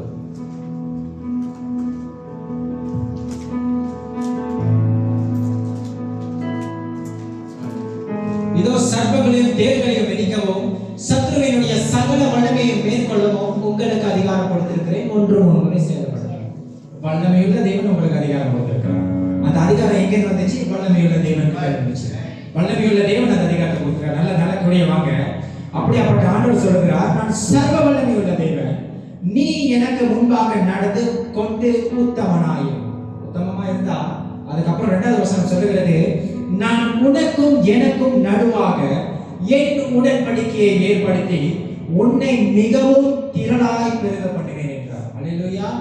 நம்ம உத்தமமாய் ஒரு காரியத்தில் இருக்கும் போது, நம்ம உண்மையாய் ஒரு காரியத்தில் இருக்கும் போது தேவன் இறங்கி வந்து, சர்வ வல்லமையுள்ள தேவன் இறங்கி வந்து சொல்றாரு, நான் உனக்கும் எனக்கும் நடுவாக ஒரு உடன்படிக்கை செய்து உன்னை திரளாய் பெருக பண்ணுவேன். இன்னைக்கு அதுக்கு தானே நம்ம எல்லாம் உட்கார்ந்துருக்கோம். நம்ம தேவைகளை ஒரு பெருக்கம் உண்டாகணும், நம்ம தேவைகளை ஒரு மாற்றம் உண்டாகணும், நம்மளோட சரீரத்துல ஒரு சுகம் உண்டாகணும், நம்ம ஆவியில ஒரு மாற்றம் வரணும், ஆவியிலும் வரணும், ஐஸ்வர்யத்திலும் வரணும். அல்லேலூயா. எல்லாத்திலும் ஒரு மாற்றம் வரணும் தான் உட்கார்ந்துருக்கோம். அப்படி உட்கார்ந்துருக்கிற உங்களை பார்த்து இந்த ஜனங்கள், தேவனுடைய ஜனங்களை பார்த்து கட்ட சொல்லுகிறா, நீ எனக்கு முன்பாக உத்தமனா இரு, கொடுக்கப்பட்டதுல உத்தமா இருந்தாலே போதும், நான் உனக்கும் எனக்கும் நடுவாக ஒரு உடன்படிக்கை செய்து உன்னை செய்துட்டு விட்டுட்டு நான் போயிட மாட்டேன், உடன்படிக்கை செய்து உன்னை திரளாய் பெருக செய்வேன். எத்தனை பேர் விசுவாசிக்கிறீங்க இந்த வார்த்தையை? அல்லேலூயா. உடன்படிக்கை செய்து பெருக செய்வார். ஒரு பொருத்தனை, உடன்படிக்கை நிறைய பேருக்கு அந்த வார்த்தை புரியலன்னா பொருத்தனை எழுதுவாங்க. தமிழ்ல பொருத்தனை செய்வோம்ல. 8 மணிக்கு வேலையில டம்பரிங் பண்ணணும்னா 7:55 நான் இருக்கணும். அதுதான் பொருத்தனை. அந்த மாதிரி உண்மையா இருக்கணும் வாடிக்கையா. அல்லேலூயா. ஆமாதானே. சபைக்கு 10 மணினா 9:30 நான் இருக்கணும், 9:30 நான் இருக்கணும், 9:50 இருக்கணும். அது எனக்கும் சேர்த்து நான் சொல்றேன். அல்லேலூயா. நம்ம 10 நிமிஷம் 5 நிமிஷம் மணிக்கு இருக்கணும். அப்பதான் அது உண்மைத்துவத்தை காண்பிக்கிறது, அப்பதான் அது உத்தமத்தை காண்பிக்கிறது. அல்லேலூயா. போதிக்கிற உங்களுக்கும் இந்த வார்த்தை தேவை, எனக்கும் இந்த வார்த்தை தேவை. அல்லேலூயா. ஆண்டவர் சொல்றாரு, நீ உத்தமமா இருக்கும் போது உன்னோடு நான் ஒரு உடன்படிக்கை செய்வேன், உன்னோடு நான் ஒரு பொருத்தனை செய்து உன்னை திரளாய் பெருக செய்வேன். அல்லேலூயா. அதற்கு தானே நம்மள காத்திருக்கோம். அதுதான் நம்ம வாழ்க்கையில தேவை. ஆண்டவர் வானத்தையும் பூமியை உண்டாக்கி சர்வவல்லமையுள்ள ஆண்டவர் நம்ம வாழ்க்கையில ஒரு உடன்படிக்கை பண்ணாலே போதும், நம்ம வாழ்க்கை மாறிடும். அல்லேலூயா. வந்த வசனத்தின் பிரகாரம் நடந்து போகிற ஆண்டவர் நின்றாரு, அவளை சொல்ல நடந்துச்சு. அல்லேலூயா.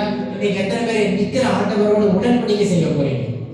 அதுதான் கேள்வி. அல்லேலூயா. நடந்து போற ஆண்டவர் தொட்டா சுகம் கிடைச்சிச்சு, நம்ம அதெல்லாம் பார்த்தோம். அல்லேலூயா. அந்த சுகம் கிடைச்ச ஆண்டவர், சுகம் கொடுத்த ஆண்டவரோட எத்தனை பேர் ஒரு உடன்படிக்கை சம்பாஷிக்க போறீங்க, உடன் தொடர்பு கொள்ள போறீங்க?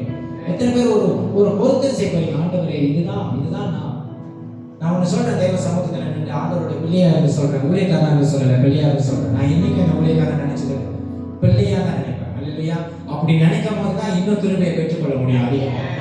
அதிகம் இன்னும் அநேக வாசல் திறக்கப்பட முடியுது. நான் என்னைக்குமே என்ன பாசன்னு கூப்பிடுங்கன்னு சொல்ல மாட்டேன். யாரும் கூப்பிட்டாலும் சொல்லிடுவேன், ஐயா நான் தம்பியே, நான் பிரதர்னே கூப்பிடுங்கன்னு. அல்லேலூயா. நமக்கு இந்த டைட்டில் தேவையில்லை. நம்ம டைட்டில் வச்சுட்டு பரலோகம் போகவும் முடியாது. அது நமக்கு தேவையில்லாத ஒண்ணு. நம்ம கொடுக்கப்பட்டதை சரியா செஞ்சுட்டு போயிடுவோம். அல்லேலூயா. அப்ப ஆண்டவர் சமூகத்துல நான் சொல்றேன், நீங்க ஒரு காரியத்துக்காக ஜெபிக்கும் போது சில காரியம் நடக்காம இருக்கும். எவ்வளவு ஜெபம் பண்ணிருக்க நடக்காது, எவ்வளோ ஊழியக்காரர் தேடி போவீங்க நடக்காது, எவ்வளவோ கண்ணீர் சிந்துவீங்க நடக்காது. ஆனா நான் கர்த்தருடைய மகனா சொல்றேன், சில காரியத்துல மனம் திரும்பி பாருங்களேன்.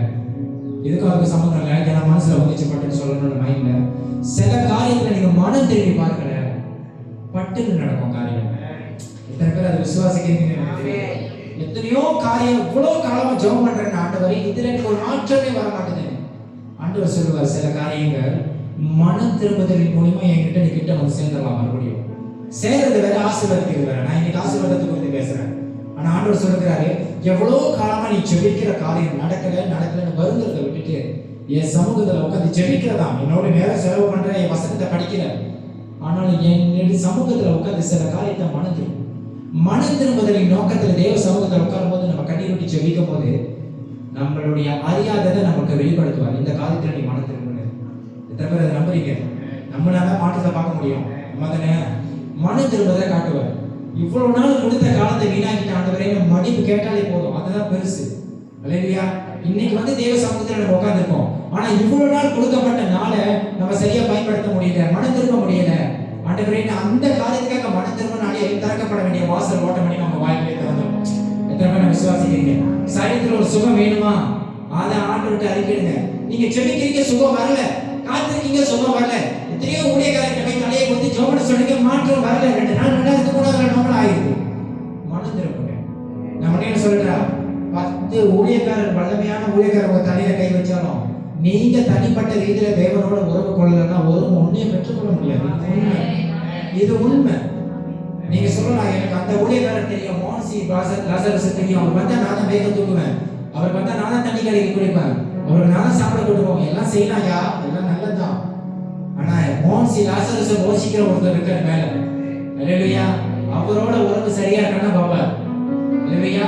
ஆண்டவர் சொல்லலாம் நீங்க ஆபிரகாமை பார்த்து, நீ எனக்கும் என்னுடைய ஊழியக்காரனுக்கும் நடுவாக ஒரு உடன்படிக்கை செய், நான் உன்னை ஆசீர்வதிப்பேன்னு சொல்லலாம். அந்த மாதிரியா போட்டிருக்க வசனம் என் பைபிள் அப்படி போடல. உண்மையாக உங்க பைபிள் இருக்காது நம்புறேன். அல்லேலூயா. ஆண்டவர் சொல்ற நீ எனக்கும் உனக்கும் நடுவாக மட்டும்தான். ஏன்னா கடைசி காலத்துல நீ எனக்கு முன்பாக தான் நிற்க போற. அல்லேலூயா. நீ எனக்கு முன்பாக தான் நிற்க போற ராசா. ஆண்டவர் அதான் சொல்லுவார், நீ எனக்கு முன்பாக தான் நிற்க போற. நீ ஊழியக்காரனுக்கு முன்பாக நிற்க மாட்டேன். ஊழியக்காரன் என் முன்னாக நிற்கணும், நீங்களும் என் முன்னாக தான் நின்றாகும். அதனால தான் நிக்கிறதுக்கு முன்னாடி ஆண்டவர் சொல்றாரு, எனக்கும் உனக்கும் நடுவாக ஒரு உடன்படிக்கை செய்து உன்னை திரளாய் பெருக பண்ணுவேன். அப்படி நீங்க ஒரு உடன்படிக்கை செஞ்சிட்டீங்க. நீங்க செய்யற காரியத்துல எல்லாத்தையும் உங்களுக்கே ஒரு உணர்வு வருது. ஆண்டவருடைய சமூகத்துல ஆண்டவருடைய வார்த்தையை படிச்சு காத்திருந்து செபிக்கும் போது உங்களுக்கே உங்களை அறியாம தேவனுடைய ஆவியானவர் உள்ளத்துல ஒரு ஏவுதலை உண்டு பண்றாரு. நீ எனக்கு முன்பாக உண்மையா இருக்க, நீ எனக்கு முன்பாக உத்தமமா இருக்க அப்படின்னு ஒரு உடன்படிக்கை மட்டும் நீங்க போட்டுட்டீங்கன்னு வச்சுக்கோங்களேன். ஆண்டவரோட ஒரு உடன்படிக்கை ஆண்டவரோட செஞ்சுட்டீங்கன்னு வச்சுக்கோங்களேன். அதனுடைய ஆசீர்வாதங்களை குறித்து தான் நீங்க நம்ம பார்க்க போகிறோம். அல்லேலூயா. ஆசீர்வாதம் இல்லாத இடத்துல தான் ஆசீர்வாதத்தை கொண்டு வருவான். செழிப்பே இல்லாத இடத்துல தான் செழிப்பு கொண்டு வருவான். எத்தனை பேர் விசுவாசிக்கிறீங்க? எல்லாமே விதைக்கிற இடத்துல தான் போய் விதைப்பாங்க. நீங்க கொஞ்சம் மாத்தி விதைக்காத இடத்துல விதைச்சு பாருங்க, அதனுடைய ஆசீர்வாதம் வேற மாதிரி இருக்கும். அல்லேலூயா. நிறைய பேர் சொல்ல மாட்டாங்க, நான் சொல்லுவேன், மனம் திரும்பாத அந்த இடத்துல கொஞ்சம் போய் விதைச்சு பாருங்க. மனம் திரும்பாத இடத்துல, அந்த விதை இல்லாத இடத்துல கொஞ்சம் மனம் திரும்பி விதைகளை விதைச்சு பாருங்க, அதனுடைய கனி வேற மாதிரி இருக்கும். இல்லையா? உடன்படிக்கை செய்யாத இடத்துல ஒரு உடன்படிக்கை செய்து தேவனை கூப்பிட்டு பாருங்க, அதனுடைய பிரதிபலன் வேற மாதிரி இருக்கும். இல்லையா? விசுவாசிக்கிறீங்களா? அப்ப 3ஆம் வசனம் சொல்லுகிறது, அந்த மாதிரி ஒரு உடன்படிக்கை செய்து என்னோட நடக்கும் போது, நீங்க ஆண்டவரோட நடக்கும் போது, 3ஆவது வசனம் சொல்லுகிறது, அப்பொழுது ஆபிரகாம் முகமுறை விழுந்து வணங்கினான். தேவன் அவனோடு பேசி, அவன் உடன்படிக்கை தேவனோடு செய்த பிறகு ஆபிரகாம் கீழே விழுந்து அழுகுறாரு. ஒன்னுத்துக்கும் பிரயோஜனம் இல்லாதவன் நான். ஆமே.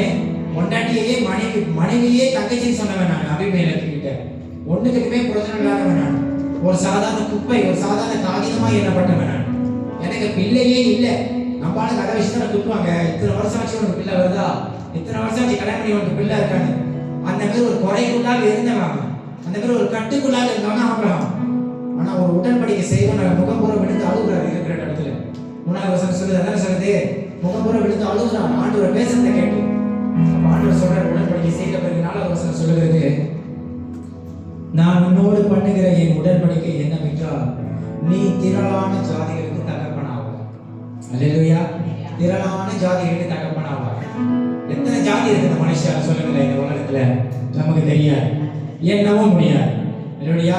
வானத்தின் நட்சத்திரங்களை போல ஒரு சந்ததியை பெருக பண்ணுவேன்னு ஆபிரகாமுக்கு கர்த்தர் சொன்னார். அல்லேலூயா. சொன்னார் தானே? ஆண்டவர் சொல்றாரு, நீ திரளான ஜாதிகளுக்கு தகப்பனாவாய். தகப்பன் என்ற ஸ்தானம் என்னத்தை காண்பிக்கிறது? ஒரு லீடர். அல்லேலூயா. ஒரு குடும்பத்துக்கு தகப்பன்னா மூப்பர். ஆமாதானே? ஒரு குடும்பத்துக்கு தகப்பன்னா மூப்பர். மனைவி இல்ல, பிள்ளைங்க இல்ல, தகப்பன். ஏன்னா கர்த்தர் கொடுத்த கட்டளையின் பிரகாரம் நான் பேசுறேன். அல்லேலூயா. கர்த்தர் கொடுத்த கட்டளை, ஒரு குடும்பத்துக்கு தகப்பன்னா தலைவன். ஆண்டவர் அந்த ஸ்தானத்துல உங்களுக்கு இருப்பாரா? நீங்க உடன்படிக்கை செய்யலாம். நீ திரளான உன் குடும்பத்துக்கு மட்டுமல்ல, உன் ஜாதிகளுக்கு மட்டுமல்ல, திரளான ஜாதிகளுக்கு. இந்த சபையில எத்தனை வெவ்வேறான குடும்பங்கள் இருக்கீங்க? இந்த சபையில எத்தனை திரளான வெவ்வேறு ஜாதிகள் இருக்கீங்க? அதுக்கு நீங்க தகப்பனாவீங்க. அல்லேலூயா. கர்த்தர் உங்களை ஆசீர்வதிப்பார். அல்லேலூயா. நான் ஜோர்ஜை பார்க்க வேண்டிய அவசியம் இல்லை, ஆனா உள்ளத்துல ஒரு ஏவுதல் சிந்தனையில நீ ஜோர்ஜை பார்த்து இந்த வார்த்தை சொல்லிட்டு தோணுச்சு. அல்லேலூயா. அல்லேலூயா. நீங்க திரளான ஜாதிகளுக்கு தகப்பனாவீங்க. அல்லேலூயா. கர்த்தர் அந்த அளவுக்கு தான் பயன்படுத்துவார். உண்மையா இருந்தா, உண்மையா இருந்தா, உத்தமனா இருந்தா, அவரோட பார்வையில சரியா இருந்தா, சரியானதை செஞ்சா. அல்லேலூயா. தசம பாகத்துல நான் இதை சொல்லக்கூடாது, ஆனா நான் சொல்றேன். தசம பாகம்ன்றது தேவனுக்கு ரொம்ப பிரியமானது. அல்லேலூயா. நான் உடனே சொல்றேன், ஒரு சாட்சியை சொல்லிட்டு நான் மறுபடியும் வசனத்துக்குள்ள போறேன். 2015 எனக்கு இந்த அரசாங்க வேலை கிடைச்சது. 2015 இருந்து 16 வரைக்கும் 2015 1ஆம் மாசம் 2ஆம் தேதி நான் வேலைக்கு போனேன். ஈப்போல பஞ்சாபா தான். நான் ஈப்போல நான் வேலைக்கு போனேன். அங்க போய் நான் 3 மாசம் வேலை செஞ்சேன். அப்போ ஒரு ஊழியக்காரன் கூப்பிட்டு சொன்னாரு, என் பேர் விஷ்ணு. கிரியாலாம் அப்போ வரல, விஷ்ணு தான். அவர் கூப்பிட்டு சொன்னார், விஷ்ணு நீ வந்து சபைக்கு வர ஆரம்பிச்சுட்டு ஆண்டவர் ஏற்றுக்கிட்ட. அப்ப நான் ஞானஸ்தானம் இன்னும் எடுக்கல. அந்த டைம்ல நான் ஞானஸ்தானம் எடுத்தது 2015 7ஆம் மாசம். 2015 7ஆம் மாசம் எடுக்கிறேன். அவர் என்ன 3ஆம் மாசம் கூப்பிட்டு சொன்னாரு, தம்பி நீ சபைக்கு வர, தொடர்ந்து வர கத்துக்கிற, தசம பாகத்தை கத்துக்க. எனக்கு அப்பெல்லாம் என்னன்னு தெரியாது தசம பாகம். இதை விதைக்க கத்துக்கோ அப்படின்னு. எனக்கு தெரியாது எப்படி விதைக்கிற சொன்னாரு. எனக்கு சொல்லிக் கொடுத்தாரு ஒரு ஊழியக்காரர், என்னோட பழைய போதகர். உன் சம்பளத்துல 10% கால்குலேட் பண்ணி அதை எடுத்து ஆண்டு கொடு. உனக்கு 10 10 ஆண்டு விதை உன் வாழ்க்கை மாறும். நானும் 4ஆம் மாசம் 2015 இருந்து விதைக்க ஆரம்பிச்சேன். நல்லா கேளுங்க. 4ஆம் மாசம் 2015 நான் விதைக்க ஆரம்பிச்சதுல இருந்து 2016 5ஆம் மாசம் வரைக்கும் விதைச்சேன். ஒரு வருஷம் ஒரு மாசம் விதைச்சேன். நான் இப்படி விதைப்பேன், அங்கிட்டு சம்பளம் பாதி மாசத்துல குறைஞ்சிடும். புரியுதா நான் சொல்றது? நான் ஒரு மாசம் சம்பளம் எடுத்து விதைப்பேன், 15-20 நாள்ல முடிஞ்சிடும். அப்புறம் கையேந்தி பவன் தான், புரியுதுங்களா? கையேந்தி பவன் ரெஸ்டாரண்ட் அங்கங்க வாங்குறது குடும்பத்துல. ஆனாலும் 1.5 வருஷம், ஒரு வருஷம் 10 மாசம், ஒரு வருஷம் ஒரு மாசம் உண்மையா உத்தமமா நான் விதைச்சேன். குறையிலனாலும் நான் விதைச்சேன். அதனுடைய பிரதிபலன் என்ன தெரியுங்களா? 2016 6ஆம் மாசம் ஏப்ரஹாம் சார்ல்ஸ் தெரியுங்களா? ஏப்ரஹாம் சார்ல்ஸ் அவர் தான் எனக்கு டிஎன்ஏ பேரே வச்சாரு முதல்ல டைப்பிங்ல 2015. அந்த அவர் தான் நல்ல ஊழியக்காரர், எனக்கு ரொம்ப பிடிக்கும், ரொம்ப பிடிக்கும், ரொம்ப ரொம்ப பிடிக்கும். அவர் தான் எனக்கு டிஎன்ஏ பேரை வச்சு முதல் ஊழிய வாய்ப்பு அவர் தான் கொடுத்தாரு. எல்லாமே எனக்கு போட்டு நீ வருவ, உன்னை வச்சு இப்படி செய்வார், அதெல்லாம் செய்வார், எல்லாத்தையும் அவ்வளோ வாக்கு கொடுத்து எனக்கு டிஎன்ஏ பேர் வச்சு 2015 ஏப்ரஹாம் சார்ல்ஸ் டைப்பிங்ல பார்த்தேன். அவர் எனக்கு ஜோம் பண்ணார். இந்த நிமிஷத்துல இருந்து ஒரு ஆளுகிட்டையும் இவன் கையேந்து வாங்கவே கூடாதுன்னு ஜோம் பண்ணிவிட்டார். ஏன்னா இவன் உண்மையா உத்தமமா உங்களுக்கு விதைக்கிற ஆண்டவரேன்னு வச்சார். 2016 6ஆம் மாசம் தொடங்கி இன்னைக்கு 2026 5ஆம் மாசத்துல நிக்கிறோம்.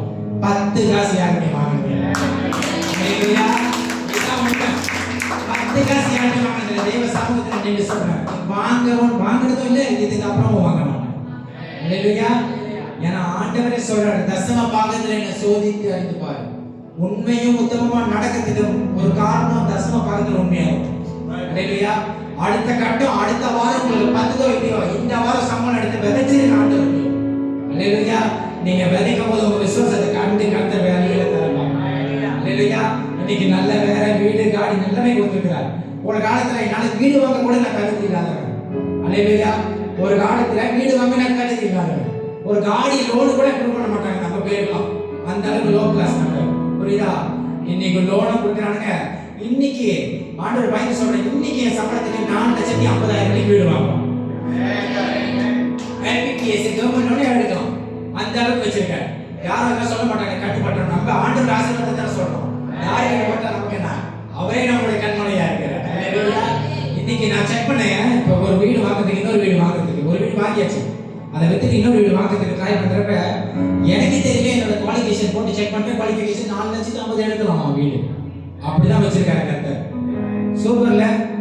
ஒரு காலத்துல உட்காந்து கவலைப்பட்டு இருந்திருக்கேன், எப்படி என் அம்மா இறந்துட்டாங்க 21 வயசு, 21 வயசு தான் ஆண்டவர் ஏத்துட்டு அம்மா இறந்து. கவலைப்பட்டு உட்காந்துருந்தேன், எப்படி ஆண்டவரே வர போறேன், எனக்கெல்லாம் நம்பி பொண்ணை கொடுக்க மாட்டாங்க. இன்னைக்கு என் மனைவி வந்திருக்காங்க. அல்லேலூயா. என் மனைவி வந்திருக்காங்க. என் மனைவி பார்த்து நான் மண்ணை உட்காந்துருக்கேன். சூப்பர். ஆண்டவர் இன்னைக்கு நல்ல குடும்பத்தை கொடுத்திருக்கிறார் எனக்கு. நான் தனிமையில எனக்கு ஒரு நல்ல குடும்பத்தை கொடுத்திருக்கிறேன். இதை நான் சொல்லணும்னு வரல உண்மையாவே. ஆனா இந்த டாபிக்கோட அது ரிலேட்டடா இருந்ததுனால நான் சொல்றேன். ஏன்னா உண்மையும் உத்தமமா நீங்க விதைக்கும் போது அதனுடைய அறுவடை வேற வேற. சங்கீதம் 126 சொல்லுது, சங்கீதம் 126 வசனம் 5 சொல்லுது, கண்ணீரோடு விதைக்கிறவர்கள் கம்பீரமாய் இருப்பார்கள். எதனால ஒரு மனுஷனுக்கு கண்ணீர் வருது சொல்லுங்க? எதனால ஒரு மனுஷனுக்கு கண்ணீர் வருது? யாராச்சும் சொல்லுங்க. பாவம், கவலை, எந்த ஒரு சூழ்நிலையும் இல்லாம போயிடுச்சு, யாருமே உதவி செய்ய ஆளுங்க இல்லை. ஒரு தனிமையில உட்காந்துருக்கும் போது இருதயம் உடைக்கப்பட பார்த்துருக்கீங்களா? ஒரு சூழ்நிலையில நீங்க போறீங்களா, இருதயம் உடைக்கப்பட்டிருக்கோம். யாருமே இல்லையே எனக்கு, நான் யாருக்கு போய் நிற்பேன், எனக்கு இந்த காலத்தை யாரு செய்வார் அப்படின்ற ஒரு சூழ்நிலைக்குள்ள அநேக நிற்கும் போது ஆண்டவர் அந்த மாதிரி ஒரு சூழ்நிலை நிற்கும் போது உங்க இருதயம் முதல்ல உடைஞ்சு கண்ணீர் தான் வரும். ஜெபம் பண்ணுவீங்கன்னு போய் உட்காந்தாங்களோ முழங்கால் படிக்கிட்டாலும் வார்த்தை வாயில வராது. அல்லேலூயா. எத்தனை பேர் அதை உணர்ந்திருக்கீங்கன்னு எனக்கு தெரியல, நான் உணர்ந்திருக்கேன் எத்தனை வருஷத்துக்கு முன்பாக. ஒரு சில காரியத்துல இருதயம் உடைக்கப்பட்ட நிலைமையில ஒரு மனுஷன் இருக்கும் போதுதான் அவனுடைய கண்ணுல அவனை அறியாமலே கண்ணீர் வரும். அல்லேலூயா. ஆண்டவர் சொல்றார், கண்ணீரோடு நீ விதைக்கிறியா, உன்னுடைய அறுவடை கம்பீரமாய் நான் உனக்கு செய்வேன். அல்லேலூயா. நீங்க கண்ணீரோடு விதைக்கிறீங்கல்ல, என் பிள்ளை மாறணும், என் கணவன் மாறணும், என் மனைவி மாறணும், நான் எதிர்பார்த்த வேலை கிடைக்கணும். அல்லேலூயா. இந்த சபையில எனக்கு ஒரு ஊழியம் கிடைக்கணும். எத்தனை பேர் காத்திருக்கீங்க வாலிப பிள்ளைங்க இந்த சபையில ஊழியம் உங்களுக்கு என்ன ஊழியம் கிடைக்க போகுது? ஒருவேளை ஒரு சின்ன தவறுனால நீங்க ஊழியத்தை விட்டு போயிருக்கலாம். பெரியவங்க கண்டிக்கிறவங்க கோச்சிக்காதீங்க யாருங்க. மூப்பர்ல உள்ள ஸ்தானத்தில் உள்ளவங்க கோபிச்சா உங்களை திண்டு உங்களை வந்து கடிந்து கொள்றாங்கன்னா நன்மைக்கு தான். திரும்பி அந்த தாவத்தை நீங்க செய்யக்கூடாதுன்னா உங்களை கடிந்து கொள்கிறாங்க. அல்லேலூயா. அதை எடுத்துட்டு என்ன ஏசிட்டாங்க, இதோட அந்த ஊழியம் என்ன செய்ய மாட்டேன். ஐயா யாரையா பர்ஃபெக்ட் இந்த உலகத்துல நீங்க சொல்லுங்க. யாருமே இல்லை. எனக்கும் ஒரு குறை இருக்கு, உட்கார்ந்து உங்களுக்கு ஒரு குறை இருக்கு. ஆனா குறையான மனுஷன் நிறைவான ஆண்டவர் தேடி போகும்போது தான் அவங்களுடைய குறைகள் எல்லாம் நிறைவாக்கப்படுகிறது. அல்லேலூயா. கடிந்து கொண்டுட்டாங்கன்னு சொன்னோன்னு உடனே கோச்சுக்கிறது. சில பேர் வீரம் வந்துடும், நான் இதோட ஊழியத்தை செய்ய மாட்டேன், ஓ வரமாட்டேன், அங்க நின்று அப்படி போயிடும். அந்த மாதிரி சில பேர் இருக்காங்க. நான் சொல்றேன், அந்த மாதிரி குணாதிசயத்தை எடுத்து போட்டுருக்கேன். அதெல்லாம் தேவனுக்கு பிரியமில்லாதது. கீழ் பணிந்து வாங்க. ஏசுனா யாரு? நாளைக்கு நீங்க உளுந்தா உங்களை தேடி அவங்க தான் வருவாங்க ஜெபம் பண்றதுக்காக. அதனால இந்த சபைன்றது ஒரு குடும்பம். My family is my search pastor சொன்னாங்கல்ல. அல்லேலூயா. ஒருத்தர் மனம் பார்த்தா நேருக்கு போய் பேசுங்க. நேருக்கு யாரெல்லாம் பேசுறேன்னு எனக்கே தெரியல. ஒருத்தர் குறைபாடு தான் நேருக்கு போய் பேசுங்க. பின்னால குறை சொல்லிக்கிட்டு கோசி பண்ணிட்டு அது ஒரு பாவம் ஆயிடும்.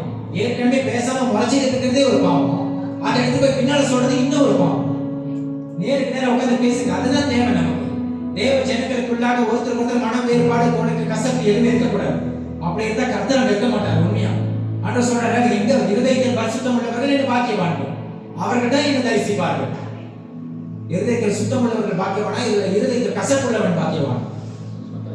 சுத்தம் உள்ளவன் தான் நீங்களே சொல்லுங்க. அப்ப கசப்பு இருந்தா அதை மாத்திக்க கத்துக்குவோம். ஒருத்தரோட உட்காந்து பேசுங்க. ஐயா ஒருத்தன் கத்தி எடுத்துட்டு வரான் வெட்டுறதுக்கு தான். நான் யாரு தெரியுமா, வெட்டி பார்த்தானா வெட்டுவானா வெட்ட மாட்டான். அதே கத்தி எடுத்துட்டு வரான் நின்று, ஐயா ஒரு நிமிஷம் இருங்க, நான் பேசுறதை கேளுங்க.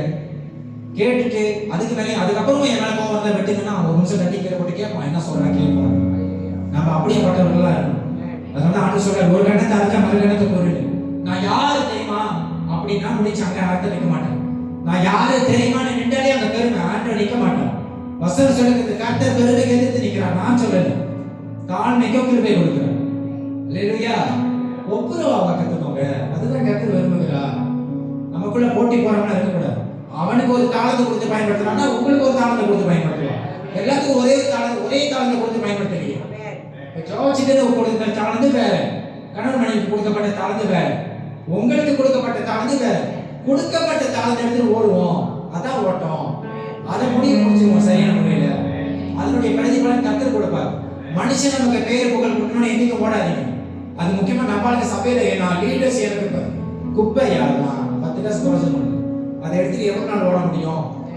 சம்பளத்தில் 100 ஏற்றி கொடுப்பான் அந்த பேர் எடுத்துக்கிட்டா முடியாது. ஆனா கர்த்தர் ஏற்றி கொடுப்பார். உண்மையை உத்தமமா நடந்தா வேற வழிகளை திறப்பார். திறக்கப்படாத வாசல் திறக்கப்படும். அல்லேலூயா. 4வது வசனம் சொல்கிறது, நான் உன்னோடு பண்ணுகிற என் உடன்படிக்கை என்னவென்றால் நீ திரளான ஜாதிகளுக்கு தகப்பனாவாய். 5வது வசனம் சொல்கிறது, இனி உன் பேர் ஆபிரகாம் எனப்படாமல் நான் உன்னை திரளான ஜாதிகளுக்கு தகப்பனாக ஏற்படுத்தினபடியினால் உன் பேர் ஆபிரகாம் எனப்படும். பேரையே மாற்ற ஒரு மனுஷனுக்கு எது அடையாளம்? ஒரு மனுஷனுக்கு எது அடையாளம்? நீங்க சொல்லுங்க. பெயர் தான். ஐயா உங்க பேரை சொல்லி கூப்பிட்டா தான் நீங்க வருவீங்க. சபையில 8 மணிக்கு ஒரு வீட்டு கூட்டம் இருக்கு, ஒரு ஜெப கூட்டம் இருக்கு, பேர் கால் பண்ணி யார் வருவா? ஜோஷுவாக்கு கால் பண்ணுவோம், கீதியனுக்கு கால் பண்ணுவோம், கூப்பிட்டா தான் வருவாங்க. அப்போ ஒரு மனுஷனுக்கு எது அடையாளம்? அந்த பேரிலேயே கர்த்தர் மாற்றத்தை கொண்டு வராங்க. அல்லேலூயா. அந்த அடையாளம் ஒரு மனுஷனுக்கு அடையாள பெயர். அந்த பெயரை மாத்தி அதனுடைய மாத்துகிற பெயர் மூலமா ஆசீர்வாதத்தை கொண்டு வரார். இன்னைக்கு விஷ்ணுவா இருக்காங்கன்னா கொண்டு வந்து கிடியனா மாத்தி இருக்காரு. கிடியனா மாத்தினா இன்னைக்கு நிக்க வச்சு கிடியனுடைய அந்த பாதையில கொண்டு போறாரு, ஊழிய பாதையில. அப்ப பேரை மாத்தி ஆசீர்வதிக்கிறார். அல்லேலூயா. எதனால ஆசீர்வதிக்கிறார்? எப்படி ஆசீர்வதிக்கிறார்? உடன்படிக்கை செய்யும் போது. மனுஷனோட அல்ல, நம்ம சொன்ன மாதிரி தேவனோடு தனிப்பட்ட ரீதியில. அல்லேலூயா. 5வது வசனம் சொல்கிறது ஆபிரகாம் எனப்படும். 6வது வசனம் சொல்கிறது, உன்னை மிகவும் அதிகமாய் பழுக பண்ணி உன்னிலே ஜாதிகளை உண்டாக்குவேன், உன்னிடத்திலிருந்து ராஜாக்களை தோன்றுவார்கள். ஆண்டவர் சொல்லல முதல்ல தகப்பனா வைப்பேன்னு சொல்லல.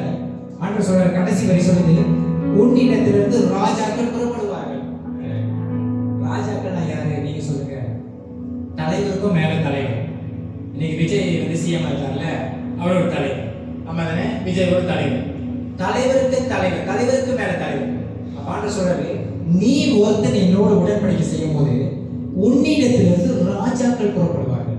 ஆண்டவர் சொல்ல உன்னை ராஜாவாக்குன்னு சொல்லல, உன்னிடத்திலிருந்து ராஜாக்கள் புறப்படுவார்கள். உன்னிடத்திலிருந்து ராஜாக்கள் புறப்படுவார்கள். ஆமா தானே? அப்ப ராஜாக்களே உங்களிடத்திலிருந்து புறப்படுகிறார்னா நீங்க யாரா இருப்பீங்க? நான் நான் சொல்றது புரியுதா உங்களுக்கு? உங்களிடத்துல இருந்து ராஜா வருதுன்னா, உங்களிடத்துல இருந்து ராஜா புறப்படுகிறாங்கன்னா, ராஜாவுக்கு மேல உள்ளவங்க கிட்ட தான் ராஜா இறங்கி வர முடியும். அப்ப ராஜா உங்க கிட்ட இருந்து வராங்கன்னா நீங்க எந்த இடத்துல இருக்கீங்க நீங்களே ஒரு கேட்டு பாருங்க. அந்த அளவுக்கு வைப்பாரா? நான் சொல்றது உண்மை இல்லை, அனுபவப்பட்டதுனால நான் சொல்றேன். அந்த ஆசீர்வாதத்துக்குள்ளாக கடந்து போனதுனால நான் சொல்றேன். இல்லைன்னா இது நான் ஒன்று சொல்றேன், நான் எங்க போய் பிரசங்கம் பண்ணாலும் தம்மூர்ல 7 மணி ஆராதனை, காலையில 7 மணிக்கு ஆராதனை முடிச்சுட்டு 10 மணிக்கு நம்ம மெயின் சர்ச்சில் வரும்போது நான் தம்மூர்ல பண்ண பிரசங்கத்தை ஏதோ ஒரு முக்கியமான வார்த்தையை ஆண்டவர் அந்த மெயின் சர்ச்சில் எனக்கு கொடுப்பாரு. அது வந்து இந்த நாள் வரைக்கும் எனக்கு கன்ஃபர்மேஷன், நான் சரியான வார்த்தை தான் பேசியிருக்கேன். இன்னைக்கு காலையில இங்கிலீஷ் சர்ச் ஓடிடுச்சு, நான் லேட்டாக தான் போனேன் எங்க கிளம்பிட்டு. நான் 8:05 அங்கே போய் உட்கார்றேன்.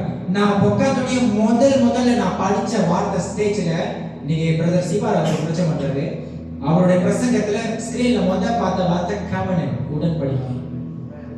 ஆண்டவர் என்னோட பேசுறாரு. அப்ப இது உங்களுக்காக ஆயத்தப்படுத்தின ஒரு வார்த்தை. இல்லைன்னா நாங்க போய் நான் புதுசாக கிளம்பிடலாம் தான் நினைச்சேன். ஆனா என்னோட பிரதர் எங்க அவங்க போன இங்கிலீஷ்ல கலந்துட்டு அப்புறம் போனான்னு விருப்பப்பட்டேன்.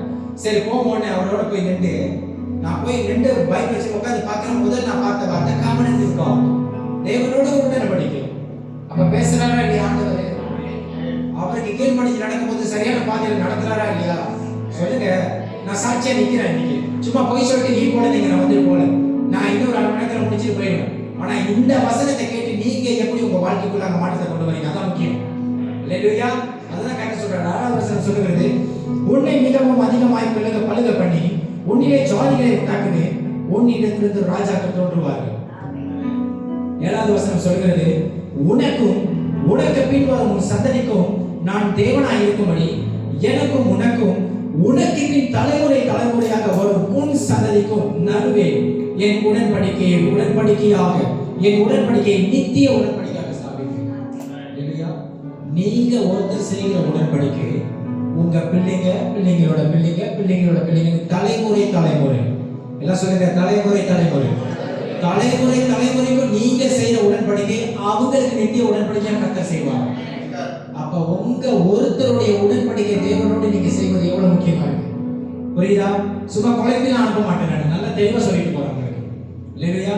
நீங்க ஒருத்தர் தேவனோடு செய்கிற உடன்படிக்கை உங்களுக்கு மட்டும் இல்லாம உங்க குடும்பத்துக்கு, உங்க சந்ததிக்கு, உங்க குடும்பத்துக்கு, உங்க கூட பிறந்தவங்களுக்கு, அவங்களோட பிள்ளைங்களோட பிள்ளைங்க. யாத்திராகமம் 20வது அதிகாரம் 6வது வசனம் சொல்லுமே. 6வது கொடுங்க. யாத்திராகமம் 20வது அதிகாரம் 6வது வசனம்.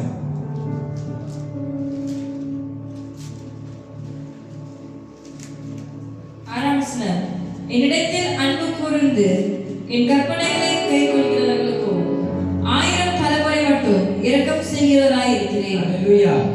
வசனம் என்ன சொல்லுது? என்னிடத்தில் அன்பு கூர்ந்து என் கற்பனைகளை கைக்கொள்கிறவர்களுக்கோ 1000 சந்ததி வரை இரக்கம் செய்வானா. நம்ம இன்னைக்கு ஒரு ஆளுக்கு ஒரு 3 வேளை சாப்பாடு வாங்கி தரலாம், 3 வேளை இரக்கம் காட்டலாம். 4வது வாட்டி போய் நின்றுமா, என்ன சும்மா ஏறிய நின்றுகிட்டு இருக்கேன் அப்படின்னு காட்டலாம். மனுஷன் செய்கிற இறக்கத்துக்கு ஒரு அளவு தான். எத்தனை பேருக்கு புரியுது நான் செய்யறேன்? மனுஷன் உங்க மேல ஒரு அளவுக்கு தான் இறக்கம் காட்ட முடியும், அன்பு ஒரு அளவுக்கு தான் காட்ட முடியும். அதிகமான அன்பு தேவன் மட்டும் தான் காட்ட முடியும், அதே மாதிரி அதிகமான இறக்கமும் தேவன் தான் காட்ட முடியும். அப்ப ஒரு மனுஷனுக்கு நடுவாக இன்னொரு மனுஷன் காட்ட வேண்டிய அளவா இருந்தாலும் சரி, அன்பா இருந்தாலும் சரி, இரக்கமா இருந்தாலும் சரி, அது ஒரு அளவு மட்டுமே.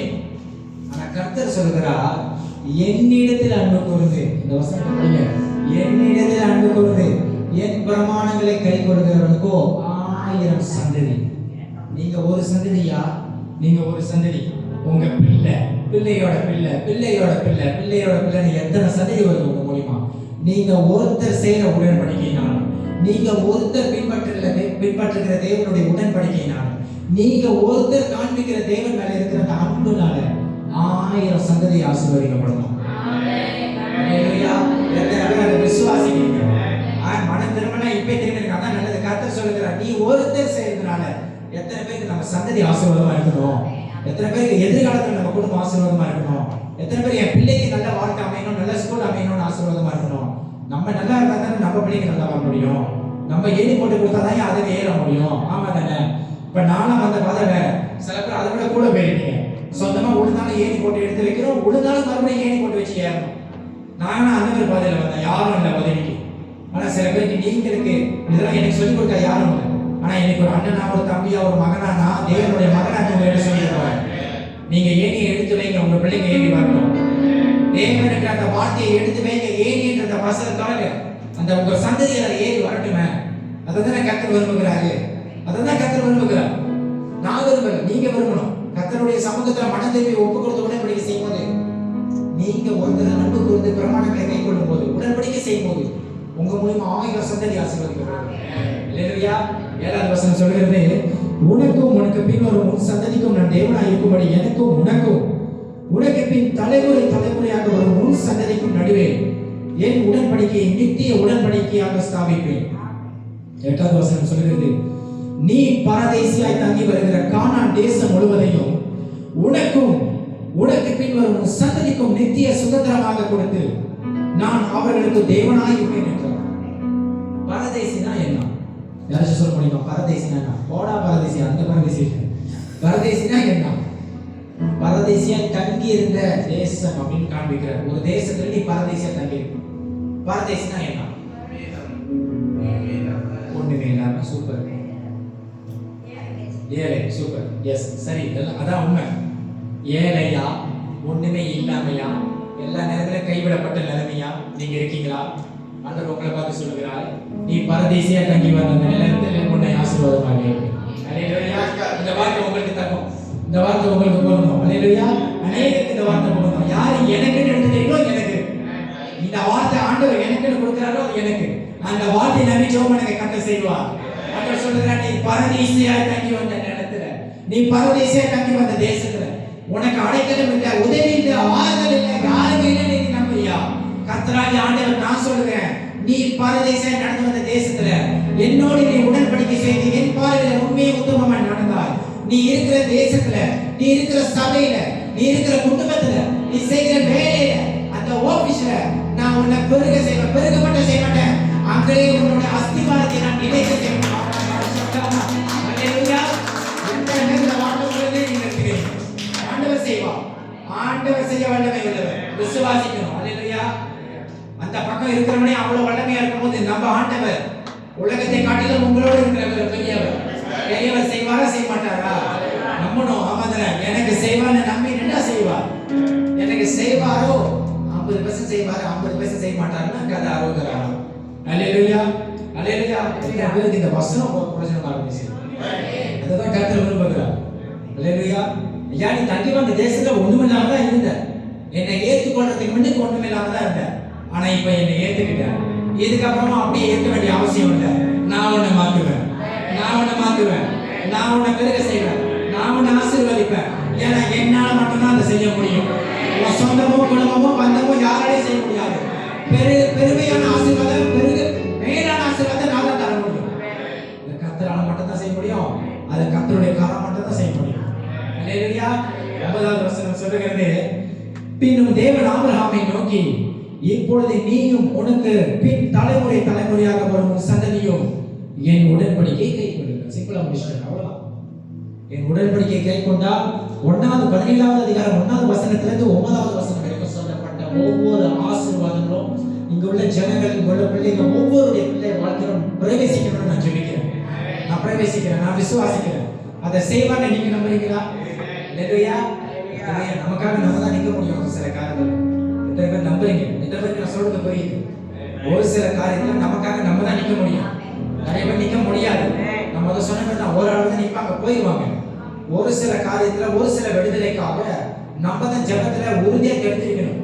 அப்பதான் அந்த பரிபூர்ண விடுதலை நம்ம காண்பிப்பார். ஆண்டவர் அதான சொன்னார். முதல்ல நான் சொன்னேன், தேசத்துல ஒருத்தனை தேடின அந்த தேசத்தை அழிக்காதபடிக்கு ஒருத்தனை காணும். உங்க குடும்பத்துக்காக நீங்க நிக்கிறீங்களா? திறப்பின் வாசல்ல, இந்த சபைக்காக திறப்பின் வாசல்ல நீங்க நிக்கிறீங்களா? உங்க ஒருத்தருடைய ஜெபத்தை கேட்டு மொட்டை விடுதலை கர்த்தர் கொடுப்பார். அல்லேலூயா. உண்மையா நான் சொல்றேன், கர்த்தருக்கு மகிமை. 2 நாளாகமம் 7:14 சொல்லுது. அதை ஏற்கனவே பிரசங்கம் பண்ணியிருக்கேன். என் ஜனங்கள் நாமும் தடுக்கப்பட்ட ஜனங்கள் தங்கள் பொல்லாதவர்களை விட்டு மன்னிப்பு கேட்டு மனம் திரும்பி என் முகத்தை தேடும் போது அவர்களுக்கு மட்டுமல்ல அந்த தேசத்துக்கு செய்யணும். இதே அந்த பிரசங்கம் நான் பண்ணேன். ஒருத்தர் மனம் திரும்புவதனால தேசத்துக்கு சேமம் வருதா? தேசத்துக்கே வருதுன்னா நீங்க ஒருத்தர் மனம் திரும்பி ஜெபம் பண்ணி ஆண்டோட உடன்படிக்கை செய்யும்போது உங்க குடும்பத்துக்கு வராதா? உங்க குடும்பம் எங்க இருக்கு? தேசத்துல தானே இருக்கு. நம்ம சொந்த பந்தங்க இருக்காங்க, தேசத்துல தானே இருக்காங்க. நம்ம சபை எங்க இருக்கு? தேசத்துல தானே இருக்கு. நம்ம ஜனங்கள் எங்க இருக்கு? தேசத்துல தானே இருக்காங்க. அப்ப நம்ம ஒருத்தருடைய ஜெபத்துக்கு கர்த்தர் செவி கொடுக்கும்.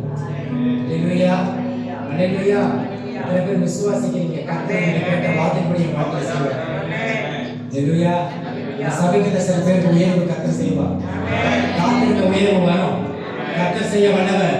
விசுவாசிங்க. அதிகமான நேரத்தை கொடுங்க. யோவான் 1:1 சொல்லுது, ஆதியிலே வார்த்தை இருந்தது. எல்லாத்துக்கும் தெரிஞ்ச வசனம். வார்த்தை தேவனோடு இருந்தது. அந்த வார்த்தையே தேவனாயிருந்தது. எதியா தேவன்? நீங்க சொல்லுங்க, எது தேவன்? வார்த்தை தான் தேவன். ஆதியிலே வார்த்தை இருந்தது. உலகம் உண்டாவதற்கு முன்னே தேவனுடைய வார்த்தை இருந்தது. அந்த வார்த்தை தான் தேவனிடத்திலிருந்து புறப்பட்டு உலகத்தை உண்டு பண்ணது.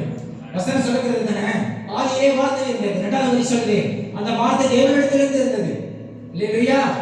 அந்த வார்த்தை தேவனிடத்திலிருந்து இருந்தது.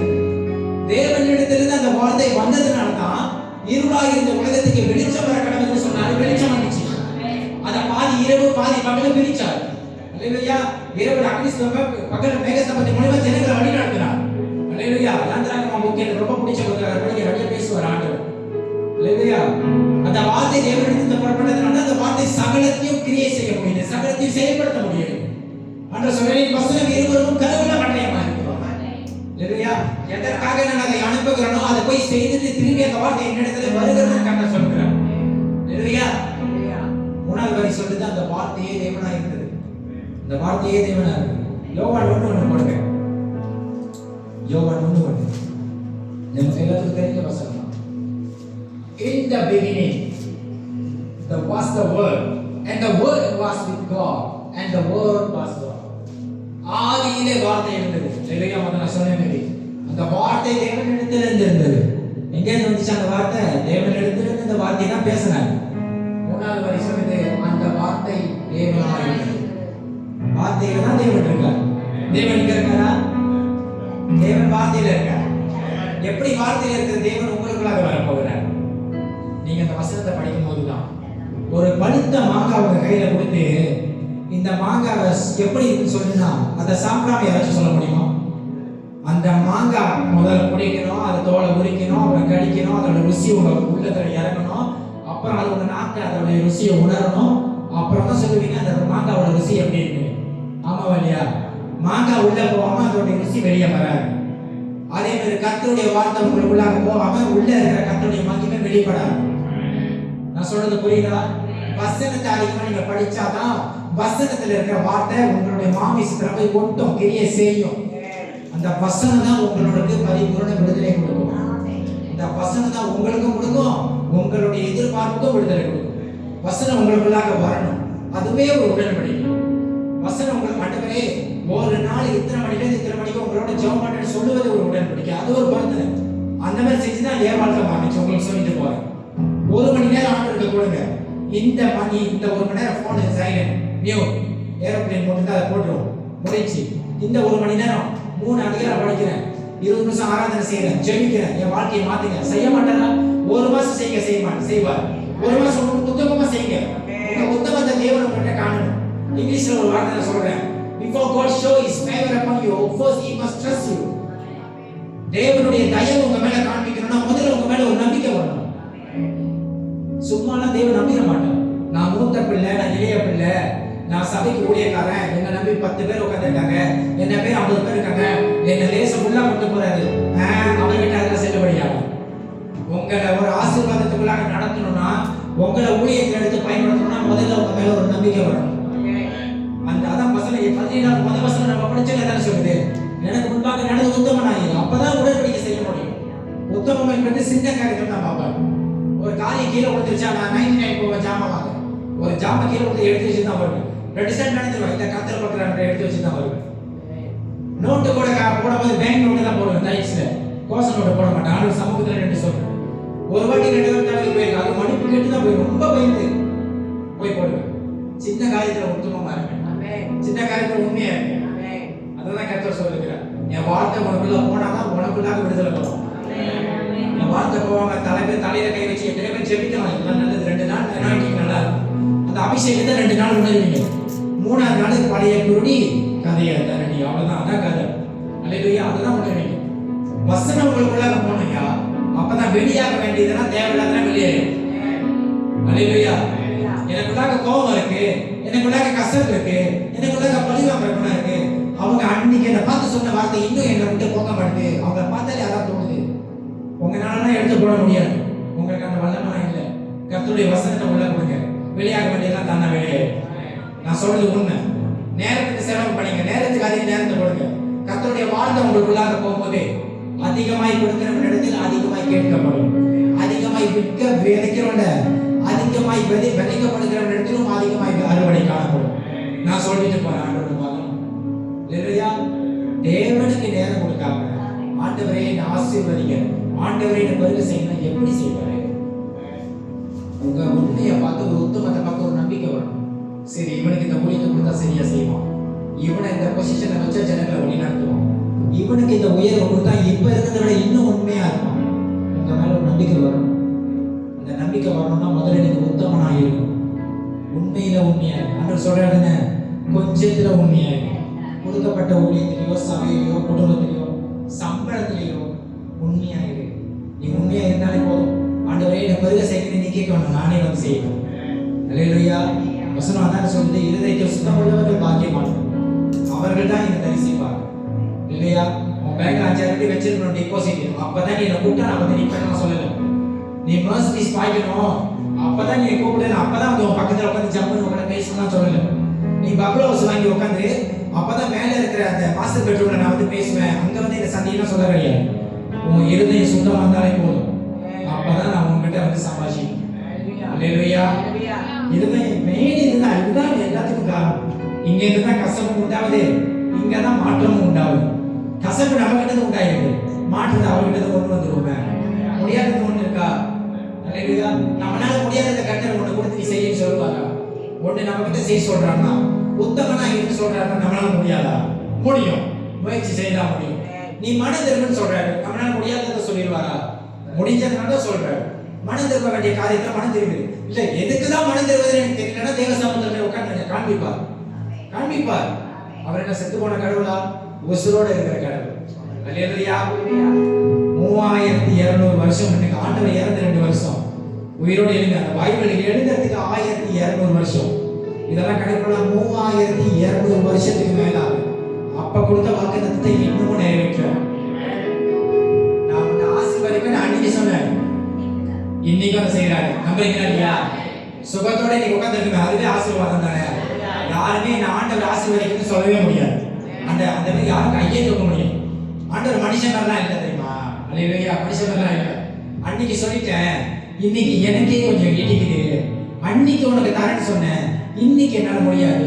அன்னைக்கு நான் உன் கூட வரேன்னு சொன்னேன், இன்னைக்கு எனக்கு கொஞ்சம் உடம்பு சரியில்லை வர மாட்டேன் அப்படிலாம் சொல்ல மாட்டேன். அன்னைக்கு சொன்னதுதான் இன்னைக்கும், இன்னைக்கு சொன்னதுதான் இன்னைக்கும். அல்லேலூயா.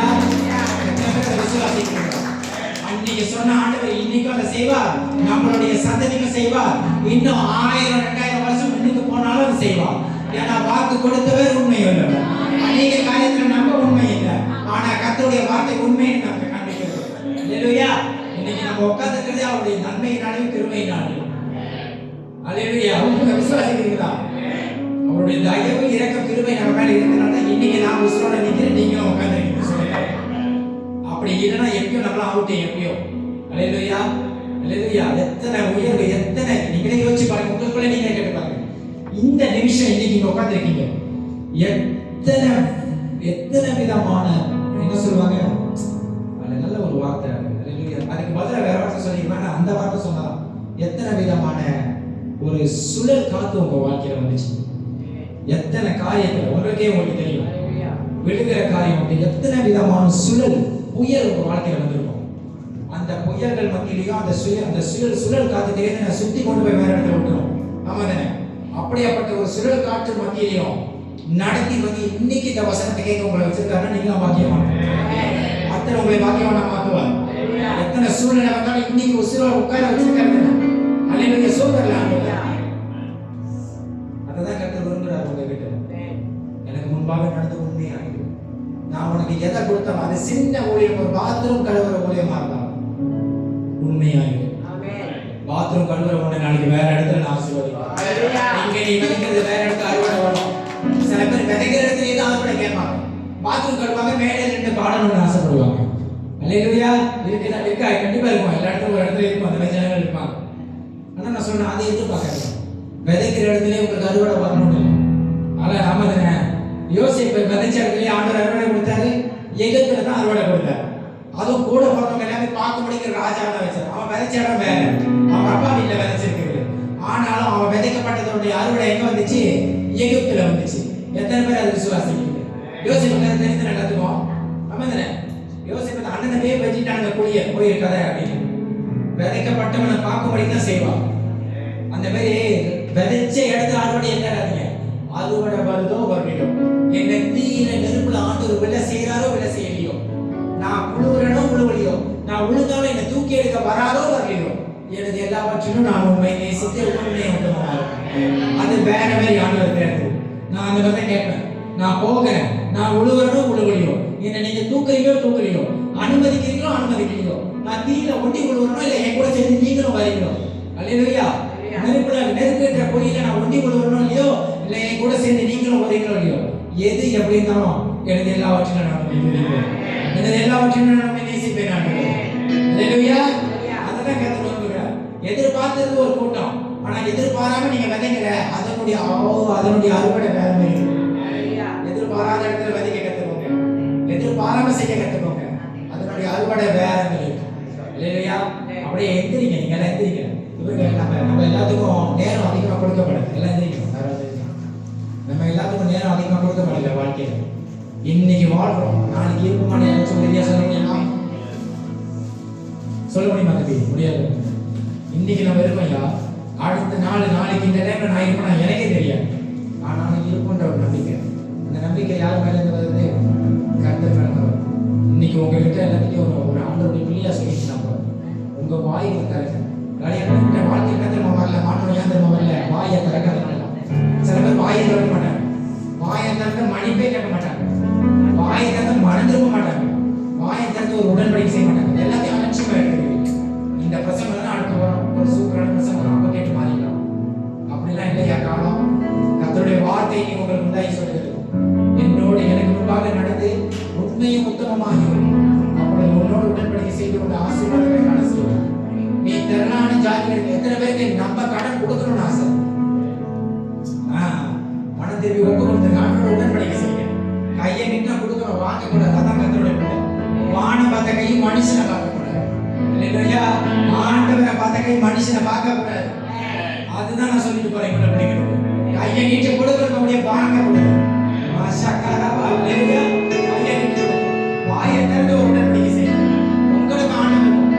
அல்லேலூயா.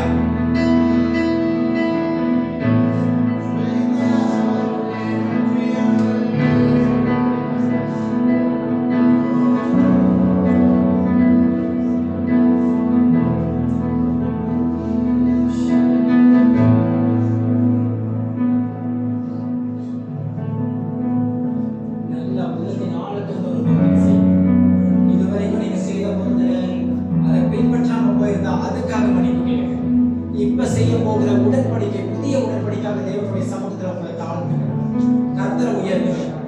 உங்க வாழ்க்கையில எது நடக்குதோ இல்லையா, கர்த்தருடைய மகனா சொல்லிட்டு போங்க. உயர்த்தப்பட வேண்டியவரை மட்டும் உயர்த்திங்க. உங்க வாழ்க்கையில எல்லாத்தையும் செய்வார். எல்லா வாசல்களையும் திறக்கலாம். எல்லாத்துக்கும் ஒரு வாசல் திறக்கணும். ஏதோ ஒரு எதிர்பார்ப்பான காரியத்தில் ஒரு வாசல் திறக்கப்படணும். கர்த்தரை உயர்த்திங்க. உங்க ஜெபத்துல கர்த்தரை உயர்த்திங்க. உங்க ஆராதனையில உங்க விசுவாசத்துல கர்த்தரை உயர்த்திங்க. உண்மையும் உத்தமத்துல கர்த்தரை கனப்படுத்தீங்க. செய்ய வேண்டியதெல்லாம் கர்த்தர் செய்வார். நல்ல வாய்களை சத்தமா ஜெபம் ஆண்டவருடைய செவிகள் கேட்கணும். உங்களுடைய மன திரும்புதல் ஒரு நல்ல சுகந்த வாசனையை தேவ சமூகத்தில் கேட்கட்டும்.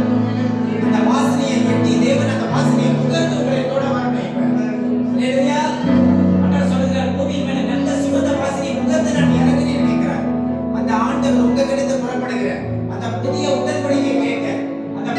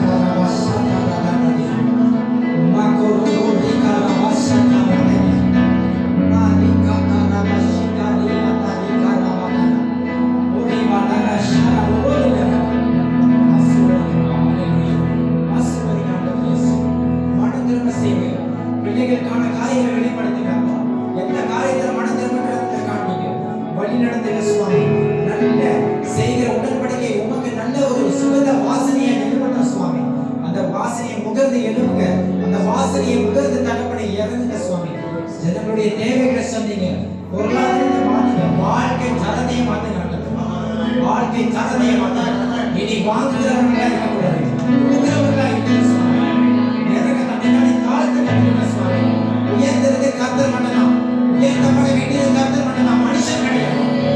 மனுஷன் ஒவ்வொருவரும் தன்னை தாழ்த்த உதவி செய்யுங்க. அற்புதங்களினாலும் அதிசயங்களினாலும் இந்த ஜனங்களை ரட்சித்து கொண்டு வந்து வச்சிருக்கீங்க சுவாமி. இந்த ஜனங்களுடைய ரட்சிப்பு ஒரு நாள் வீணா போயிடக்கூடாது. இந்த ஜனங்களுடைய ஜெபம் ஒரு நாள் கேளாம போயிடக்கூடாது. இந்த ஜனங்களுடைய விடுதலை ஒரு நாள் வீணா போயிடக்கூடாது. இவர்கள் இயேசுவின் ரத்தத்துக்கு சொந்தமானவர். இவர்களை இயேசுவின் நாமத்தில் நான் முத்திரை போடுவேன். இவர்களுடைய ஜெபம் கேட்கப்படும். இவர்களுடைய வார்த்தைகள் கேட்கப்படும் சுவாமி.